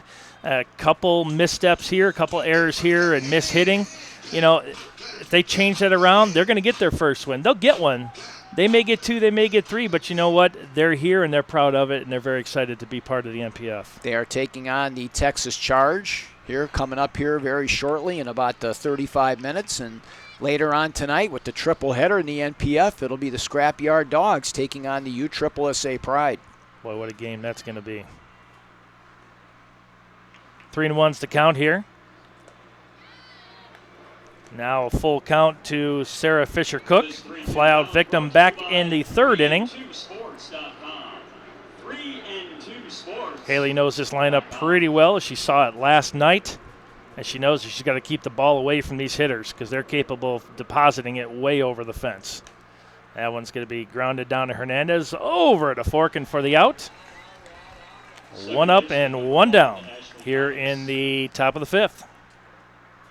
Nice job by Haley to get right in on the fist there of Sam Fisher-Cook. Don't want to have her extend those powerful arms. We saw that a couple times in the game last night. Those were no cheap shots, as you mentioned. All 3 of them were ticker tape ones that went over the bleachers each time. Yeah, that first one was about 300-footer. It was. Haley's first pitch is in there for a ball to Ashley Thomas. 0 for 2, a strikeout back in the first. Fly out in the 4th inning. The 3-run 4th for the Racers. They're up by 2, 3-1. 3 runs, 6 hits, 1 error for the Racers, and the Bandits 1 run, 6 hits, and no errors. Beautiful day here at the ballpark at Rosemont, 4th of July. Hopefully you're having a great, safe, and happy 4th of July.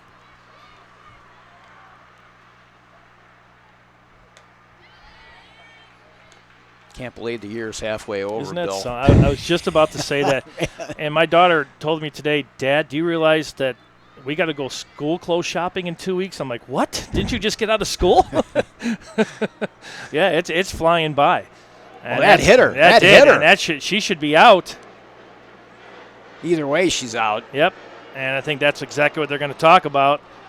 And let's see, she's going to wait for the call. But I agree. She came out of the batter's box, and that ball hit her, and I think it wasn't fair territory. Actually, I think Bubba Ewald has the best look of anybody. Sure does. From third base. Sure does.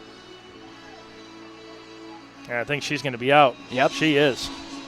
Good call by the men in blue. Well, today black, but and they're down sweating. I was talking to the home plate umpire, and he was like, yep, it's hot. We haven't even started the game yet. Here's a look at that, Bill, and let's see if it comes up. Yeah, it's kind of hard to tell, obviously, from that angle, trying to see if maybe the ball. This angle might be even. Yeah, you're right. This one's going to be fouled down the left field line. You're right. But she did the smart thing. She waited for the call to be made. She went back in the batter's box, and sure. You know she had to have known. I'm sure she did. But you know what? It all depends on the call. But I think they got it right. It's good that they had the conference there too. Good job by John Cambridge, Peter Blair, Bubba Ewald today. I like that they communicate that the fact is that they came together. They wanted to make sure whoever had the better angle was able to make that call. The home plate umpire, just like with the camera view we saw, he was definitely blocked, and that's going to be a base hit to right field, scooped up by Crane, gets it into Carasoni. Second consecutive hit for Kristen Wyckoff. 2 for 3 on the day, and now Sam Fagan comes up. She's 2 for 2 so far. A run scored back in the 4th. Ever dangerous. With or without runners on base. Very dangerous. And Wagner acknowledges that by throwing that pitch high and to the outside corner, making sure it's nowhere in the power zone of Sam Fagan. No balls, 1 strike, 2 outs here. No, make it 1 ball, no strikes, excuse me. And that's going to be popped up, and that's going to be out of play into the stands for a souvenir. These two teams will go at it again with a series coming up on Friday and Saturday over at Firestone Stadium in Akron. And then the Bandits will head down to Texas to take on Monica Abbott and the Scrapyard Dogs. That'll be a 3-game set. they're going to have to become road warriors, Mike. They're going to have to win on the road. They know they can win at home. Some early struggles yesterday led to a 12-7 defeat, but we know this team can play well at home, but on the road is where they're going to have to make the playoffs on the road against these tough teams of the NPF, and that's going to be flared out to left field. Brenna Moss with the out, and the Racers are done here in the top of the fifth. The fifth inning stretch is upon us, but the Bandits coming up, trailing by 2 in the bottom of the fifth. The teams at the top swing Louisville Slugger. You too can swing the technology that's dominating the game at every level of play, from high school to the NCAA championships to the world stage. Visit slugger.com for more information regarding Louisville Slugger. Yeah, I was talking to Stacy Mae Johnson before the game. We were over in the Bandits dugout, and she was talking about her 2 children and her newest, which is 5.5 months old, and she's just like, yeah, we're in kind of a transitional stage, now. This is a temporary housing status for her here in the summertime, but looking to move down into the Kentucky area on a permanent basis, and I kind of asked her, I said, do you think that you'll still be with the Bandits? I'm still going to be with the Bandits. This is where my heart is. This is where I want to be. I want to be playing softball, but I also want to be in Kentucky. So so congratulations to her. She's a great mom, and the fact that she took 5 years off. She comes back on her very first game, and she got the Volts Lock It Up Player of the Game with her very first hit in 5 years. The first pitch. Exactly. She saw. Just a great lady to talk to. She's you can see the dedication just dripping off her. Like, you know what? I love this game. This is who I am. This is where I want to be. Just absolutely love talking to her. And leading off is Emily Carasoni. 1 for 2 on the day.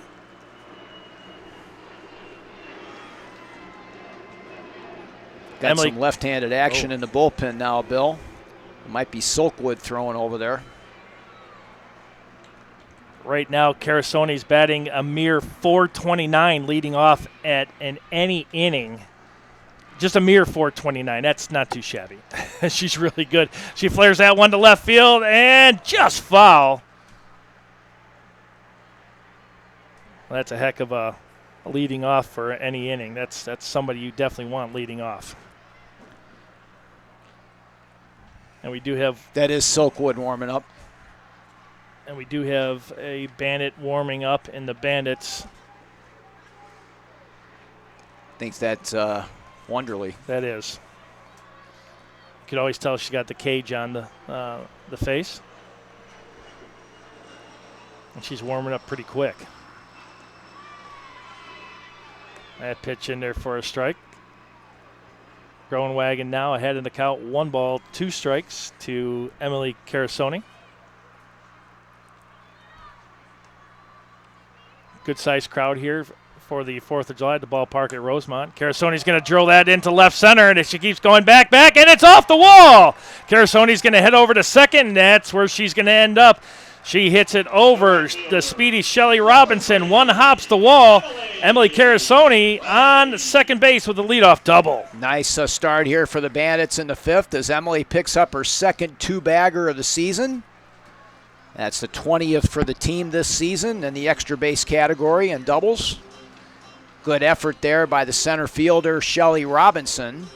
And a nice job by Kristen Wyckoff to come up and help her fallen teammate there. And that win benefited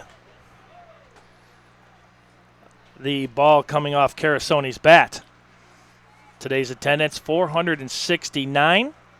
Thank you for coming out here to the ballpark at Rosemont and watching here on NPF TV. Bandits down by 2, but leadoff hitter Emily Carasoni with leadoff double. Emily Crane up. It's 1 for 2 on the afternoon. And that's going to be fouled off third base side. I love that effect. Even though it doesn't hit a windshield, you just never know. Got to love the sponsor. Yeah, the cars are very close here in the parking lot by the Dome.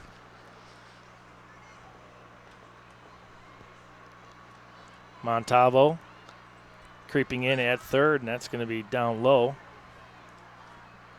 In that road trip the Bandits are taking, they'll be going from Scrapyard down in Texas over to Florida to play the Beijing Eagles in a neutral site doubleheader on Tuesday the 18th of July. Well, they'll be playing the Eagles in one game and then the Pride in another.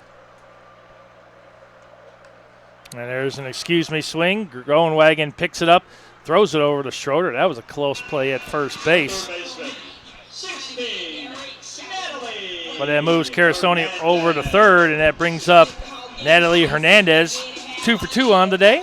Good base running there by Carasoni, recognizing that it would have been a very difficult play for Groenewegen to get her at third base. Looks like we might have a pitching change coming up for the Racers. Good possibility here. Yep, looks like Alexis Silkwood going to come into the ball game here for Sarah Groenewegen. We saw this last night, too, and she pitched a lot of innings last night. So Sarah ends up going 4 1/3 innings of work. She scatters 7 hits. So far has only given up 1 run. It was earned. And now Alexis Silkwood, a star pitcher from Mississippi State, former Bulldog, right out of here at East Alton, Illinois, will come in now for the Akron Racers out of the pen. Now pitching for Akron, number 8. Alexis came into the series with a 3-1 record and a sparkling 2.96 earned run average. It's fallen since then, 23 2/3 innings, giving up 26 hits, 11 runs, 10 of which have been earned, and a nice strikeout to walk ratio coming into the series at 17-9.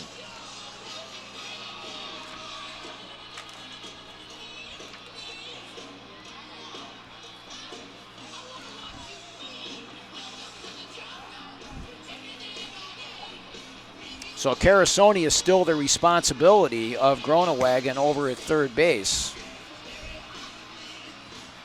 Sarah ends up with 2 strikeouts on the day, or check that, 1 strikeout and 1 walk. Now Natalie Hernandez steps into the box. Takes on the new pitcher, Alexis Silkwood.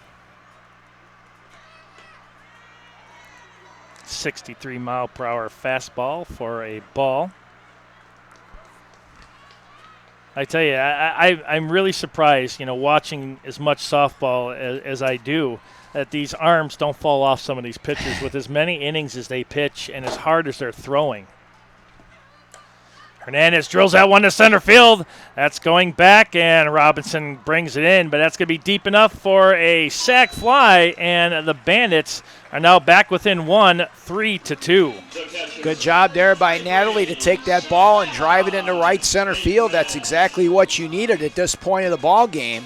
Get yourself back within a run as Hernandez picks up yet another RBI, her second of the ball game. She now has 11 on the season. Brings up the catcher, Savannah Jaquish, having a great day behind the plate, throwing out 3 runners. Not so bad at the plate neither, with a base hit and a walk. Base is empty here in the bottom of the 5th inning. Bandits now within 1. They were in this position a couple times last night and weren't able to get that tying run or the lead run. Let's see what they can do today. They are definitely in need of a victory here before they hit the road and they go to Akron and then they go to Texas and then they go to Florida. There's just no nights off here in the NPF whatsoever. You got to be on your game every night. And that's going to be fouled off.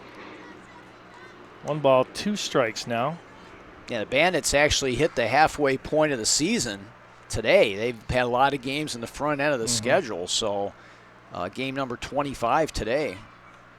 Now, Beijing plays a lot of neutral site due to the fact that they're a traveling team, so they're going to be playing down. Do you know what the neutral site's going to be? Is that going to be? I think it's at Space Coast Stadium, but I'll double check that for you. Because I know that they were here on Father's Day. They were the home team, and even the Bandits are like, wow, this is weird. This is kind of our field, and we're the visitors. So But again, they need a place to play, and the NPF being great hosts, and these teams opening their doors to the Beijing Shogang Eagles, their players and coaching staff, I just think is amazing. And, they want them to succeed just like we do. And they're enjoying the season. Even though they haven't won, they're still playing some hard softball. Yeah, that will be at Space Coast Stadium on July the 18th, that neutral site game against Chicago. 2-2's the count. Oh, and that hit her in the helmet. It hits Jaquish in the helmet. She goes down to first base. They check her out, and she's fine. Not only does the helmets today a lot stronger and safer, here's the replay. That one glances off the top of the helmet. So much safety in these helmets, with the masks and the fact that back in the days, that right there would have knocked somebody out with the technology they didn't have. And that's really good to see that she got out of the way and that just nicked the top of the helmet. Yeah, if you look at the top of that helmet, you can see that they have that extra cushion in there on the top, that extra layer, the shell. So much technology, yet they don't want to have too much technology in there to where the batters can't see. They don't want to obstruct their vision and so forth. But again, these helmets, back in the days, it was like putting a tire on your head with some of these helmets. They were so heavy. But now these things are so light and so much safer. It's crazy the technology they put into the equipment for these athletes in all the sports. That's going to be fouled off, and that's going to be out of play into the Bandits bullpen. Boy, I think back to the day when goalies didn't wear masks. I mean, how insane is that playing hockey? Sawchuck. Yeah, Yep. I remember, and it was funny. His team pitcher, he looked like Frankenstein. I mean, he had stitches and bandages, no teeth. And I don't know how I couldn't see that happening. Eddie Jacquemin was another one. Yes, that one hit Sharona McDonald square in the leg. Ouch. And we could hear the slap off the leg up here. That's one thing. When you're coaching down there, you've got to be alert. And now Kathy Horton's going to come out and make sure that Sharonda's okay. Ouch. Smart play there by the music guy. Kenny Loggins, I'm all right. Laura Winter loosening like up in the pen now for Akron, the former Fighting Irish star from the University of Notre Dame. 1 ball, 2 strikes, 2 outs here. Again, that's going to be fouled, and Sharona McDonald kind of doing what Akron's coach did last night, getting closer and closer to that fence and trying to stay as far out of the way as possible. Yeah, you think that you're going to have enough time to react, but, boy, sometimes just the speed of that ball gets right on you quickly. In baseball, they have that where the pitch comes in and then you have the hitting velocity coming off the bat. I'd like to see that here in softball and see how much that is. Again, that's another foul down the left field line. Is that what they call that? The exit velocity, I think is what they call it. I'd like to see that here in softball because you're right. There was no time for her to react whatsoever. Well, they are making a concerted effort of not letting Stacey Mae Johnson extend her hands. They're keeping everything inside on her. And she's choking up on the bat. We can see right there. Knowing that that's exactly what they're going to do. They're trying to paint her on the inside part of the plate. And they did that again. Yeah, they respect what she can do at the plate. You're right. What you can see their approach to her is to pitch her inside and make her hit it down to third or hit it down to shortstop with Fisher, Cook, and Montavo at third and short. And again, she fouls that one. Gosh, thank gosh there's a screen in front of that dugout. Now they're all going to come in here for a little meeting. Is that? Oh, they must have ruled a early exit, I guess, on that run. Okay. I did not see the call anywhere on there. So the Bandits leave one on. They bring in one. They're trailing by one, 3-2. Coming up in the top of the 6th inning, Hall of Famer Mike Knezovich will take you the rest of the way here on the 4th of July here from the ballpark at Rosemont. We'll be right back here on NPF TV and ChicagoBandits.com.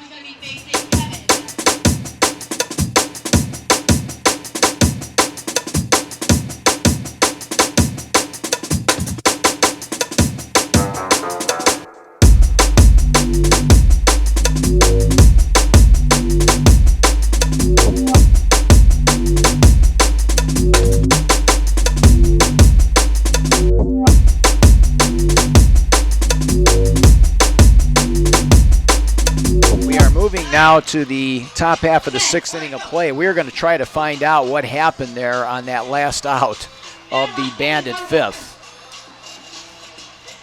As they ruled Stacey Mae Johnson out. But we're gonna try to get clarification on that, because that certainly was I thought that they were coming in to have a conference. Yeah, same here. And next thing I know, I see Sharonda going back to the dugout. I didn't see any call. I didn't see. Hopefully get some clarification here shortly. So in that frame, the Bandits did pick up a run. They did so on one base hit. There were no errors and 2 runners left on base. So we move now to the top half of the 6th inning of play. The Bandits up trailing now by a score of 3-2 after the sacrifice fly by Natalie Hernandez. So it'll be Shelly Robinson, Jennifer Gilbert, and Nicole Schroeder to face the left-handed slants here of Haley Wagner in the Akron 6th. Robinson so far 1 for 1 here this afternoon. She singled in the 2nd and then was erased on a terrific pickoff by Savannah Jaquish. And she walked and scored in the 4th on the triple by Jennifer Gilbert, the 2-run triple, which right now is the decisive blow in this game. Stay tuned after the game. We'll name our Vaults Lock It Up Player of the Game for the winning team. Take a look ahead as we take another hiatus from our broadcast here on NPF TV, as our next broadcast will be on Saturday, July the 22nd, as the Chicago Bandits host the USSSA Pride.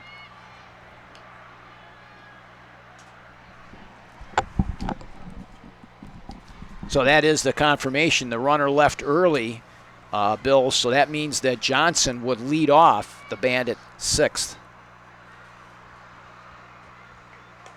There's a little flare that Carasoni will shade her eyes, and she lost it. Crane now picks it up and tries to pirouette with a throw, so that's going to be a double off the bat to lead off the 6th inning by Shelly Robinson. Carasoni was fighting the sun on that one, and Crane was playing too deep to be able to help her out as it dropped right between them. And then Emily with a nice spin throw over to second base, but not in time, as Robinson has picked up her 2nd consecutive extra base hit here in the series. Gilbert last time up with a stand-up triple. Racers have now hit the Bandits 8-7. Not sure which runner left early there on that particular play, as there were 2 runners on at the time. Well, actually just 1 runner was Jaquish, so she was called out. Here's a check swing, swing that'll be picked up by Forkin, but that certainly will get the job done as it moves Robinson into third base with less than 2 outs. Now with Schroeder and Montalvo coming up, the Racers can do what they want here at the plate. I'm sure we're going to see Ramirez and Carasoni both coming in now to cut off that play at the plate. Ramirez is playing relatively deep, Carasoni in short at second base. And certainly a big out here for the Bandits to get, trailing by 1. 3-8-1 for the Racers, 2-7-0 for the red, white, and blue in Chicago. Schroeder is 0 for 1 with a walk. Open stance from the right-hand side. Here's Wagner's 0-1, and that's right there as well.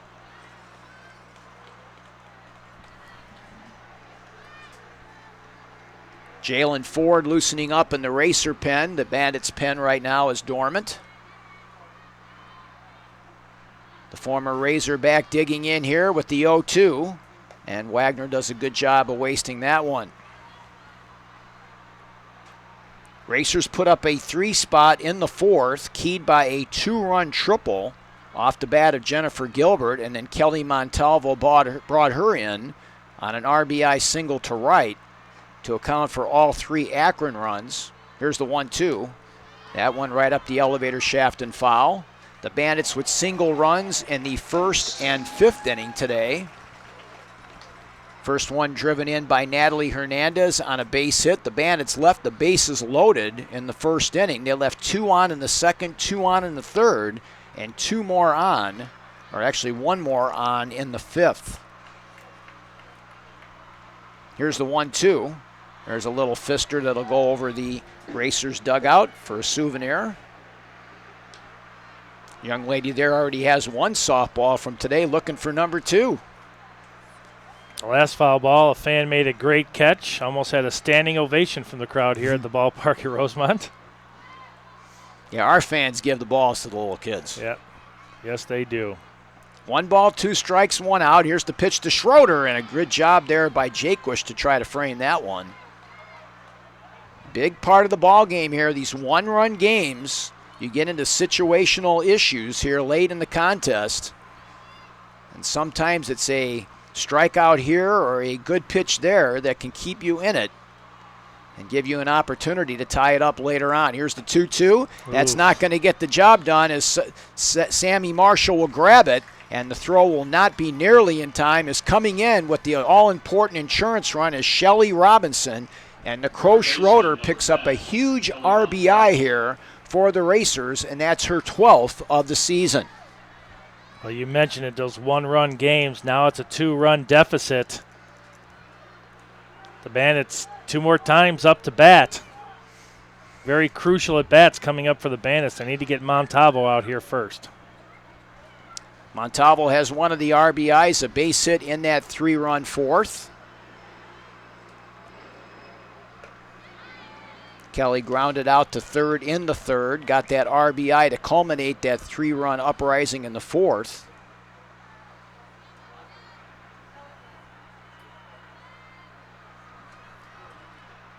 The former Crimson Tide grounds it on the play. Going to be a tough play for Ramirez. The long throw slips out of her hand, and that's going to end up, I believe, being an error on Abby Ramirez. Would have been a tough play over there, but it looked like it slipped out of her hand.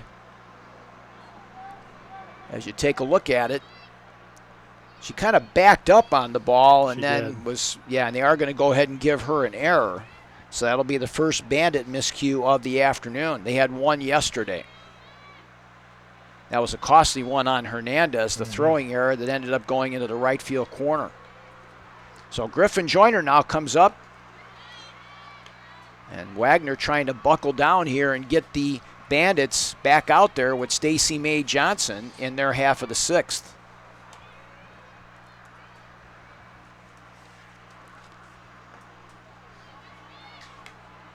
Right now, Sarah Gronewagen is the pitcher of record for the Racers as she tries to continue her rookie season with success. The Bandits still with 2 opportunities at the dish here, trailing at 4-2. Loud foul by Joyner. Griffin averaging about 35% on throwing out base runners. I think Savannah Jaquish is a little bit higher than that in the early going. I agree, and I see Montalvo wanting to challenge Jaquish. Maybe going down to second base could be an interesting situation here. Here's the 1-2 now from the former Wolverine. It stays outside. Montalvo not leading off far enough for a snap throw from Jaquish to Forkin, but it's definitely in the back of Montalvo's mind. That's why she's doesn't have that big lead. Deuces wild, 2 balls, 2 strikes, 2 outs. That's laced to right field, and a nice catch on the run by Emily Carasoni as she gets the pop fly flare to retire the side. But the Racers do pick up a big insurance run. They do so on 1 base hit. The big blow, the sacrifice fly off the bat of Nicole Schroeder, and the Racers end up leaving 1. We will head to the bottom half of the 6th inning of play. The Akron Racers still holding on to a 4-2 lead over the Chicago Bandits, Bill. DeMarini, makers of the world's finest bats, is a proud sponsor of National Pro Fast Pitch. Design your bat your way. Follow them on social media at DEMARINIFP. That's at DEMARINIFP. Happy hitting, everybody.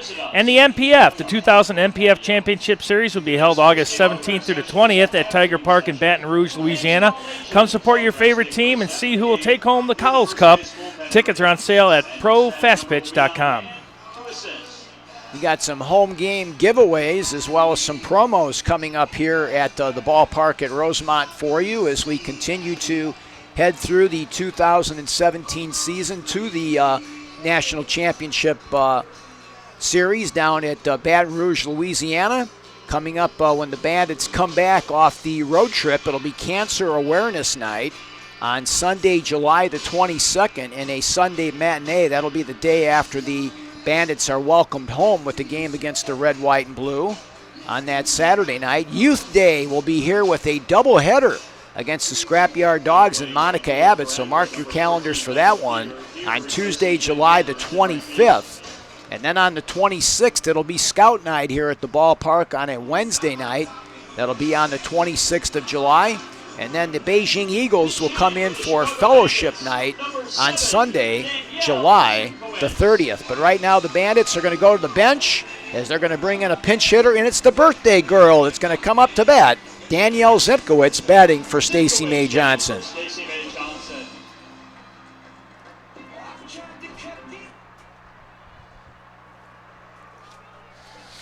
So the former Fighting Illini will stand in hitting at .226 on the season. 3 RBIs and 4 walks. Danielle doing a little bit of catching during infield practice today. She just wants to get in the game and contribute. She can play so many different positions. That's what makes her such a versatile player here for the Bandits. So Alexis Silkwood is on in relief of Sarah Groenewagen. Sarah ended up going 4 1/3, giving up 7 hits, 1 run. It was earned, walking 1 and striking out 1. General Manager Joey Arrieta, interesting observer out here right now just behind the Racers dugout. As the Racers try to get a big 2-game sweep on the road. That has been more the rarity than the norm in this series. Teams came in with 3 wins apiece in the first 2 series of the season. There's a little roller, going to be a tough play for Fisher Cook, and Danielle Zimkowitz beats it out. Great job by Danielle, and now the tying run comes to the plate here for the Bandits. Well, as soon as that made it past Montalvo, I knew it was going to be a tough play, like you mentioned. Zimkowitz flying down the line. Very close play at first, and it looks like we're going to have a possible Megan Blank. Switch here. Megan Blank going to come in now to hit for Forkin.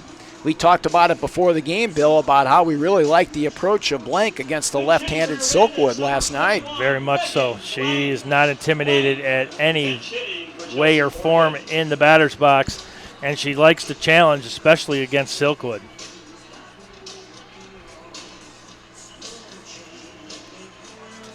Blank coming in at .239 on the season, raised the batting average 30 points yesterday. 11 of 46 on the season, no home runs and 6 RBIs. Good change of speeds there by Silkwood, but it stays downstairs for ball 1.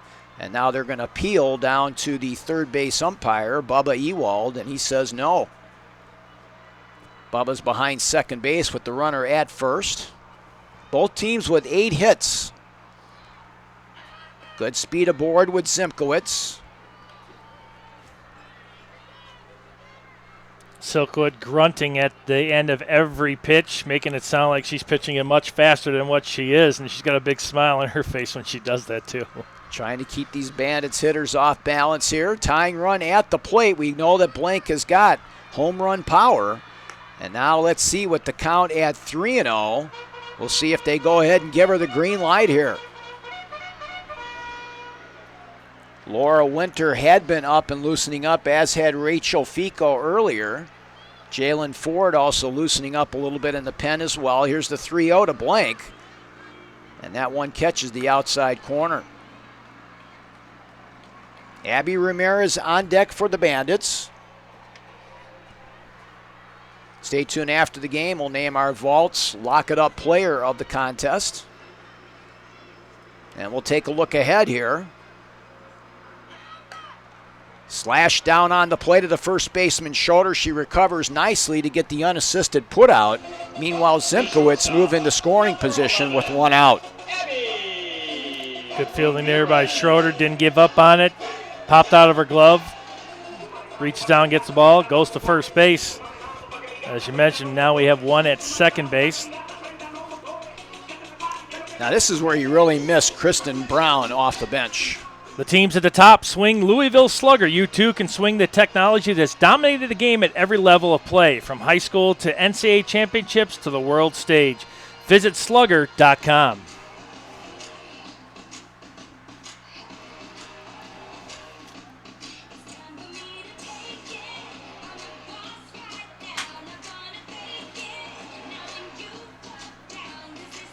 Abby Ramirez now up to the plate. Once again, our thanks go out to Gold Canyon as well for supporting Salute Incorporated for our veterans during the series. There's a ball slapped down on the plate to Ashley Thomas. Going to be a close play. Ooh. And a bang-bang call there at first base results in out number 2. As moving into third base now is Zimkowitz with 2 outs. So a huge run to pick up here for the Bandits with 2 outs in the 6th. With the speedy Sammy Marshall in, they know Montalvo and Schroeder are going to have to be playing in, but Montalvo has to be careful. Got to play a little bit closer to third base with Zimkowitz there at third. Puts a lot of pressure on Griffin Joyner as well now, because anything that gets away from her can result in a 1-run ball game. And now they appeal down to Bubba Ewald, and he says strike 1 to Sammy Marshall. Sammy so far 0 for 3, Bill. Yeah, you see Montalvo and Schroeder coming in, and Thomas covering first, and Fisher Cook going to third. Leaves that whole middle there open for a slap hit.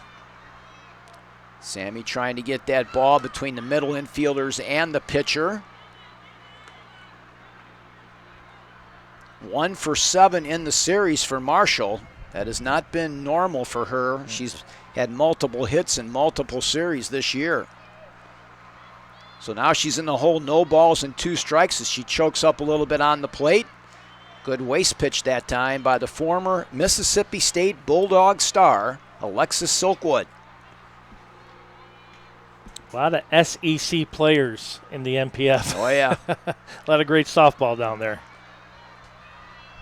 Great sports, period. Mm-hmm. 1 ball, 2 strikes, 2 outs. Zimkowitz at third. Good take by Sammy. That did miss by much. Mm-mm. So Deuce is wild now. 2 balls, 2 strikes, 2 outs. Big part of the ball game here. Bandits trying to get it within 1. It's been a struggle all series long against these racers. Every time they get close, the racers are able to pull away. Here's the 2-2 from Alexis, and it stays in tight. The count goes full with Brenna Moss on deck. Outfield playing very shallow. So if Marshall's able to get one into the gap, she's going to run for quite a while. And we know that she could run. We've seen that in the park home run. Here's the payoff. Laced right into the glove of Montalvo, and that will retire the side. So Sammy hit it right on the button, but Montalvo had her played perfectly, and that will retire the side. So the Bandits failed to score with a base hit. The Bandits now have stranded a runner in 5 of their 6 innings of offensive softball today. They stranded 9 here this afternoon, and they trail it 4-2 as we head to the top half of the 7th here on NPF TV and ChicagoBandits.com. Everyone has insecurities, and it really is about what you choose to do with them. Insecurities don't have to define you, but they can create a story for you. There's a positive way to be fulfilled through female athletics. If I could do one thing, it would just be to give someone the inspiration, be able to be more than they ever thought they could be. Welcome back here as we head to the top half of the 7th inning of play. Mike Knezovich, Bill Downing, along with John Imber here in the press box. As you see the crowd enjoying, and there you see Mickey Dean, the former head coach from the Chicago Bandits, who was with us. Great to have him with us as he came in from Colorado, stopped in Chicago to see the ball game today, and glad to have him on our interview in the bottom half of the 3rd inning of play. Again, special thanks go out to Jinx Scott, Alex Maldonado, and Bruce Caston, doing a great job on the cameras today for our Illinois Media School crew. Tim Helms, our crew chief today, Eric Willwhite, the audio producer, and Ryan Fahey, director and video producer for today's game, as that's home run, distance, and foul off the bat of Sam Fisher-Cook. Be careful here. If she can get this one timed right, this one could be deposited way beyond the fence, and I think Haley Wagner knows that. She's 0 for 2 so far today, the former star from Loyola Marymount, who grew up very close to the campus there in California. Played shortstop in college, so it certainly wasn't a big move for her to go to that position this season in the NPF from first base. Haley Wagner took over for Lacey Waldrop with 2 outs in the 4th. After Lacey went 3 2/3, giving up 5 hits, 3 runs, they were all earned. Walked 2 and struck out 2. There's a sharp ground ball hit over to Carasoni's left. The quick flip over to Blank. 1 up and 1 down here in the Racer 7th. Carasoni solid at second base. Scooped that one, threw it over to Forkin. Made a couple steps to her left. Was able to get the glove on it. Good defense there by Emily Carasoni.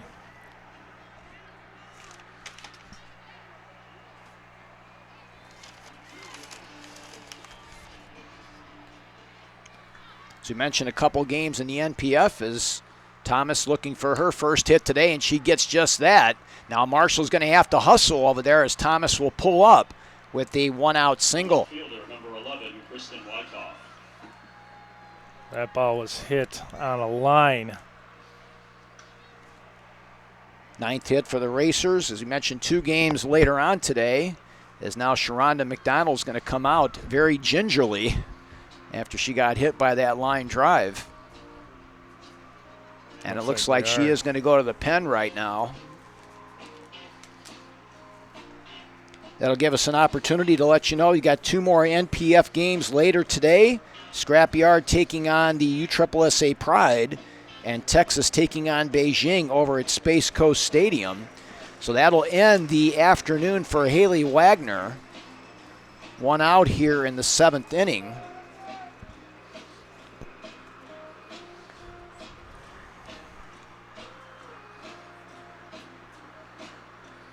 So she ends up going 1 2/3 innings and gives up 4 hits, 1 run. It was earned. And Haley did not strike out or walk anybody in her time. So Brianna Wonderly now will come in. Wonderly, the pitcher in the Big Ten, with some nice numbers coming into the series. She got roughed up a little bit in the game last night. So that ERA a little bit higher than what you saw on the screen. So she'll come in to face the Racers here in the top half of the 7th, trying to keep this a 2-run ball game.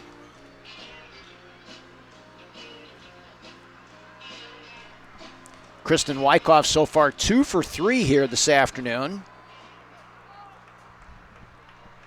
Boy, what a free agent find she was for Joey Arrieta in this Akron franchise.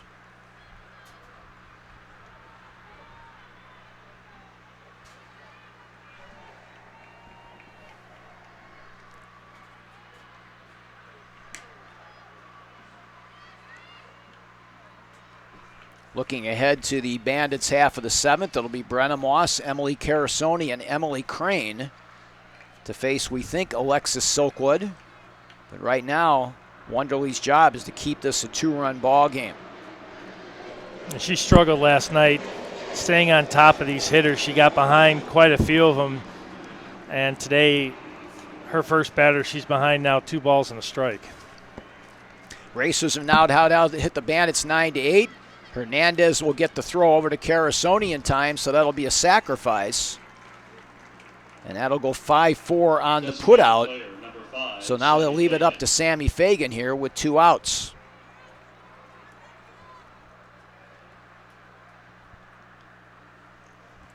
Sammy very dangerous at the plate, 2 for 3 on the day so far. Very solid player. The defending Rookie of the Year in the NPF, also an all NPF performer for Coach Levan last year.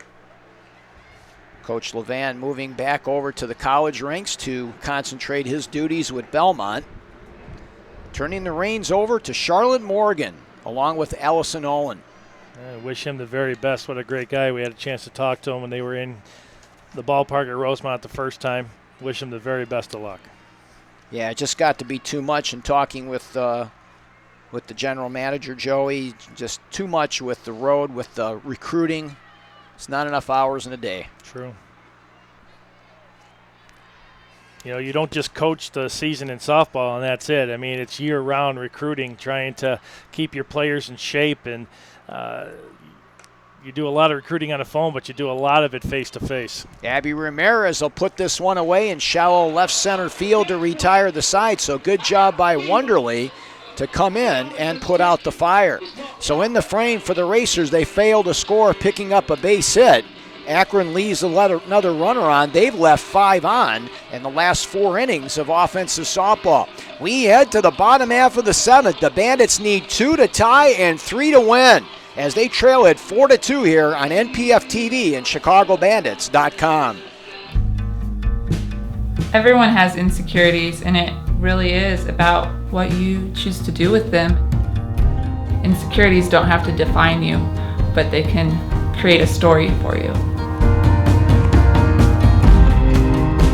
There's a positive way to be fulfilled through female athletics. If I could do one thing, it would just be to give someone the inspiration, be able to be more than they ever thought they could be.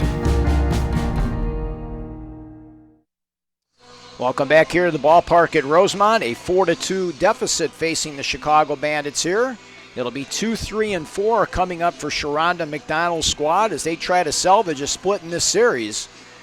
But so far, Alexis Silkwood has been just a tough cookie to crack. Been lights out, and she comes back in to try to close this game out. And the Bandits haven't been able to figure her out very well today.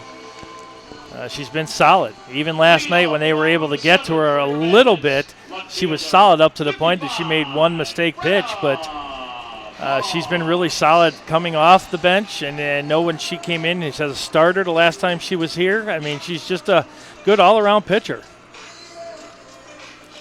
So double Nichols coming in at the collar at 0 for 3 so far today. The former Bulldog from Fresno State will try to set the table here for Emily Carasoni and Emily Crane.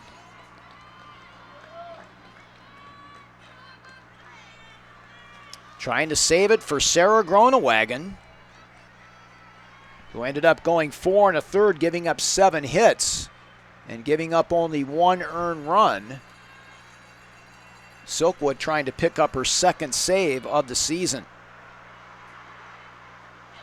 The 0-1 is slapped right up the middle on the play, and that's going to be an infield single for Brenna Moss, and that'll bring up the tying run to the plate and Emily Carasoni. Nice job of hitting that time by Brenna Moss. Beautiful slap hit. Fisher Cook and Thomas converging on second base.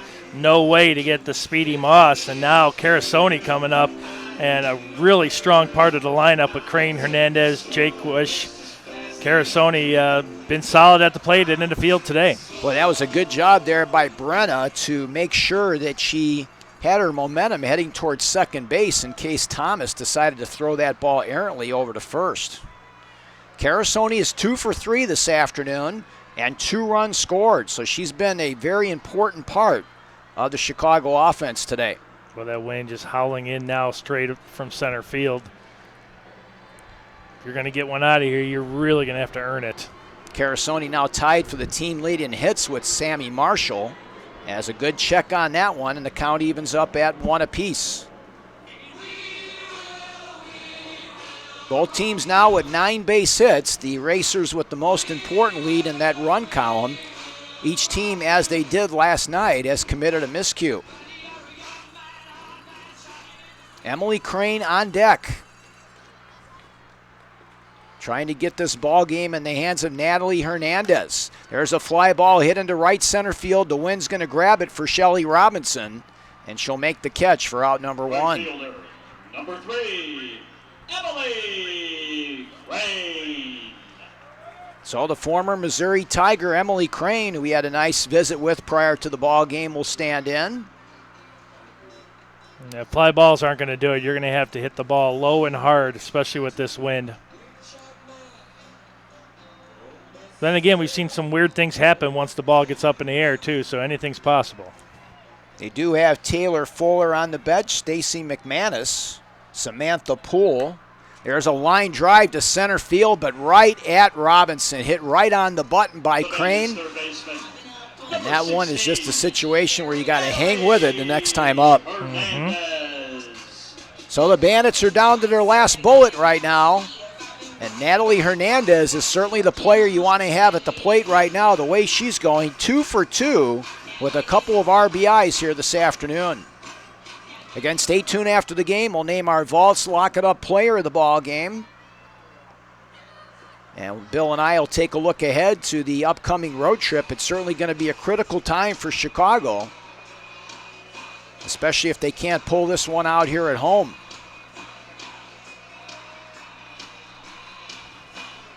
The former UIC Flame digs in from the right-hand side with Moss on first. Line past Montalvo, and the count evens up at 1 apiece. Boy, she had that one lined up just foul on the third base side. But she is just right in the zone right now with her swing. If it's on the inside, she's bringing the hands in. She's getting the barrel of the bat on everything.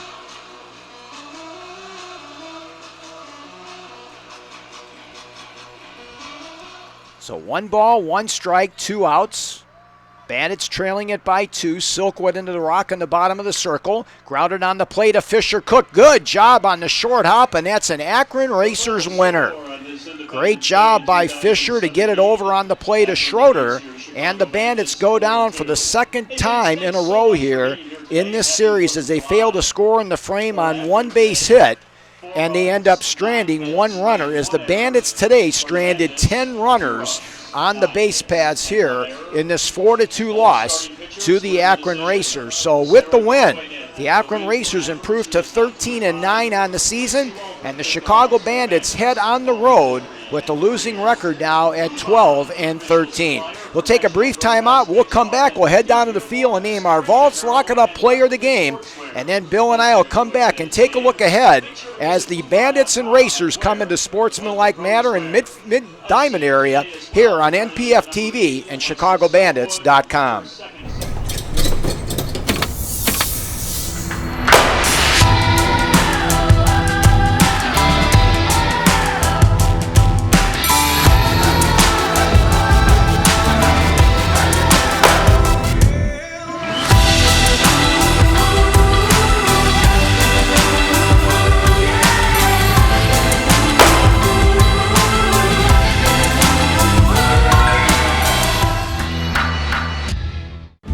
What if there were no rules? No limits? Nothing to stop you pushing harder, running faster, reaching higher. What if you could train and perform at your peak, feel stronger, for longer? Be your best. Always. Every time.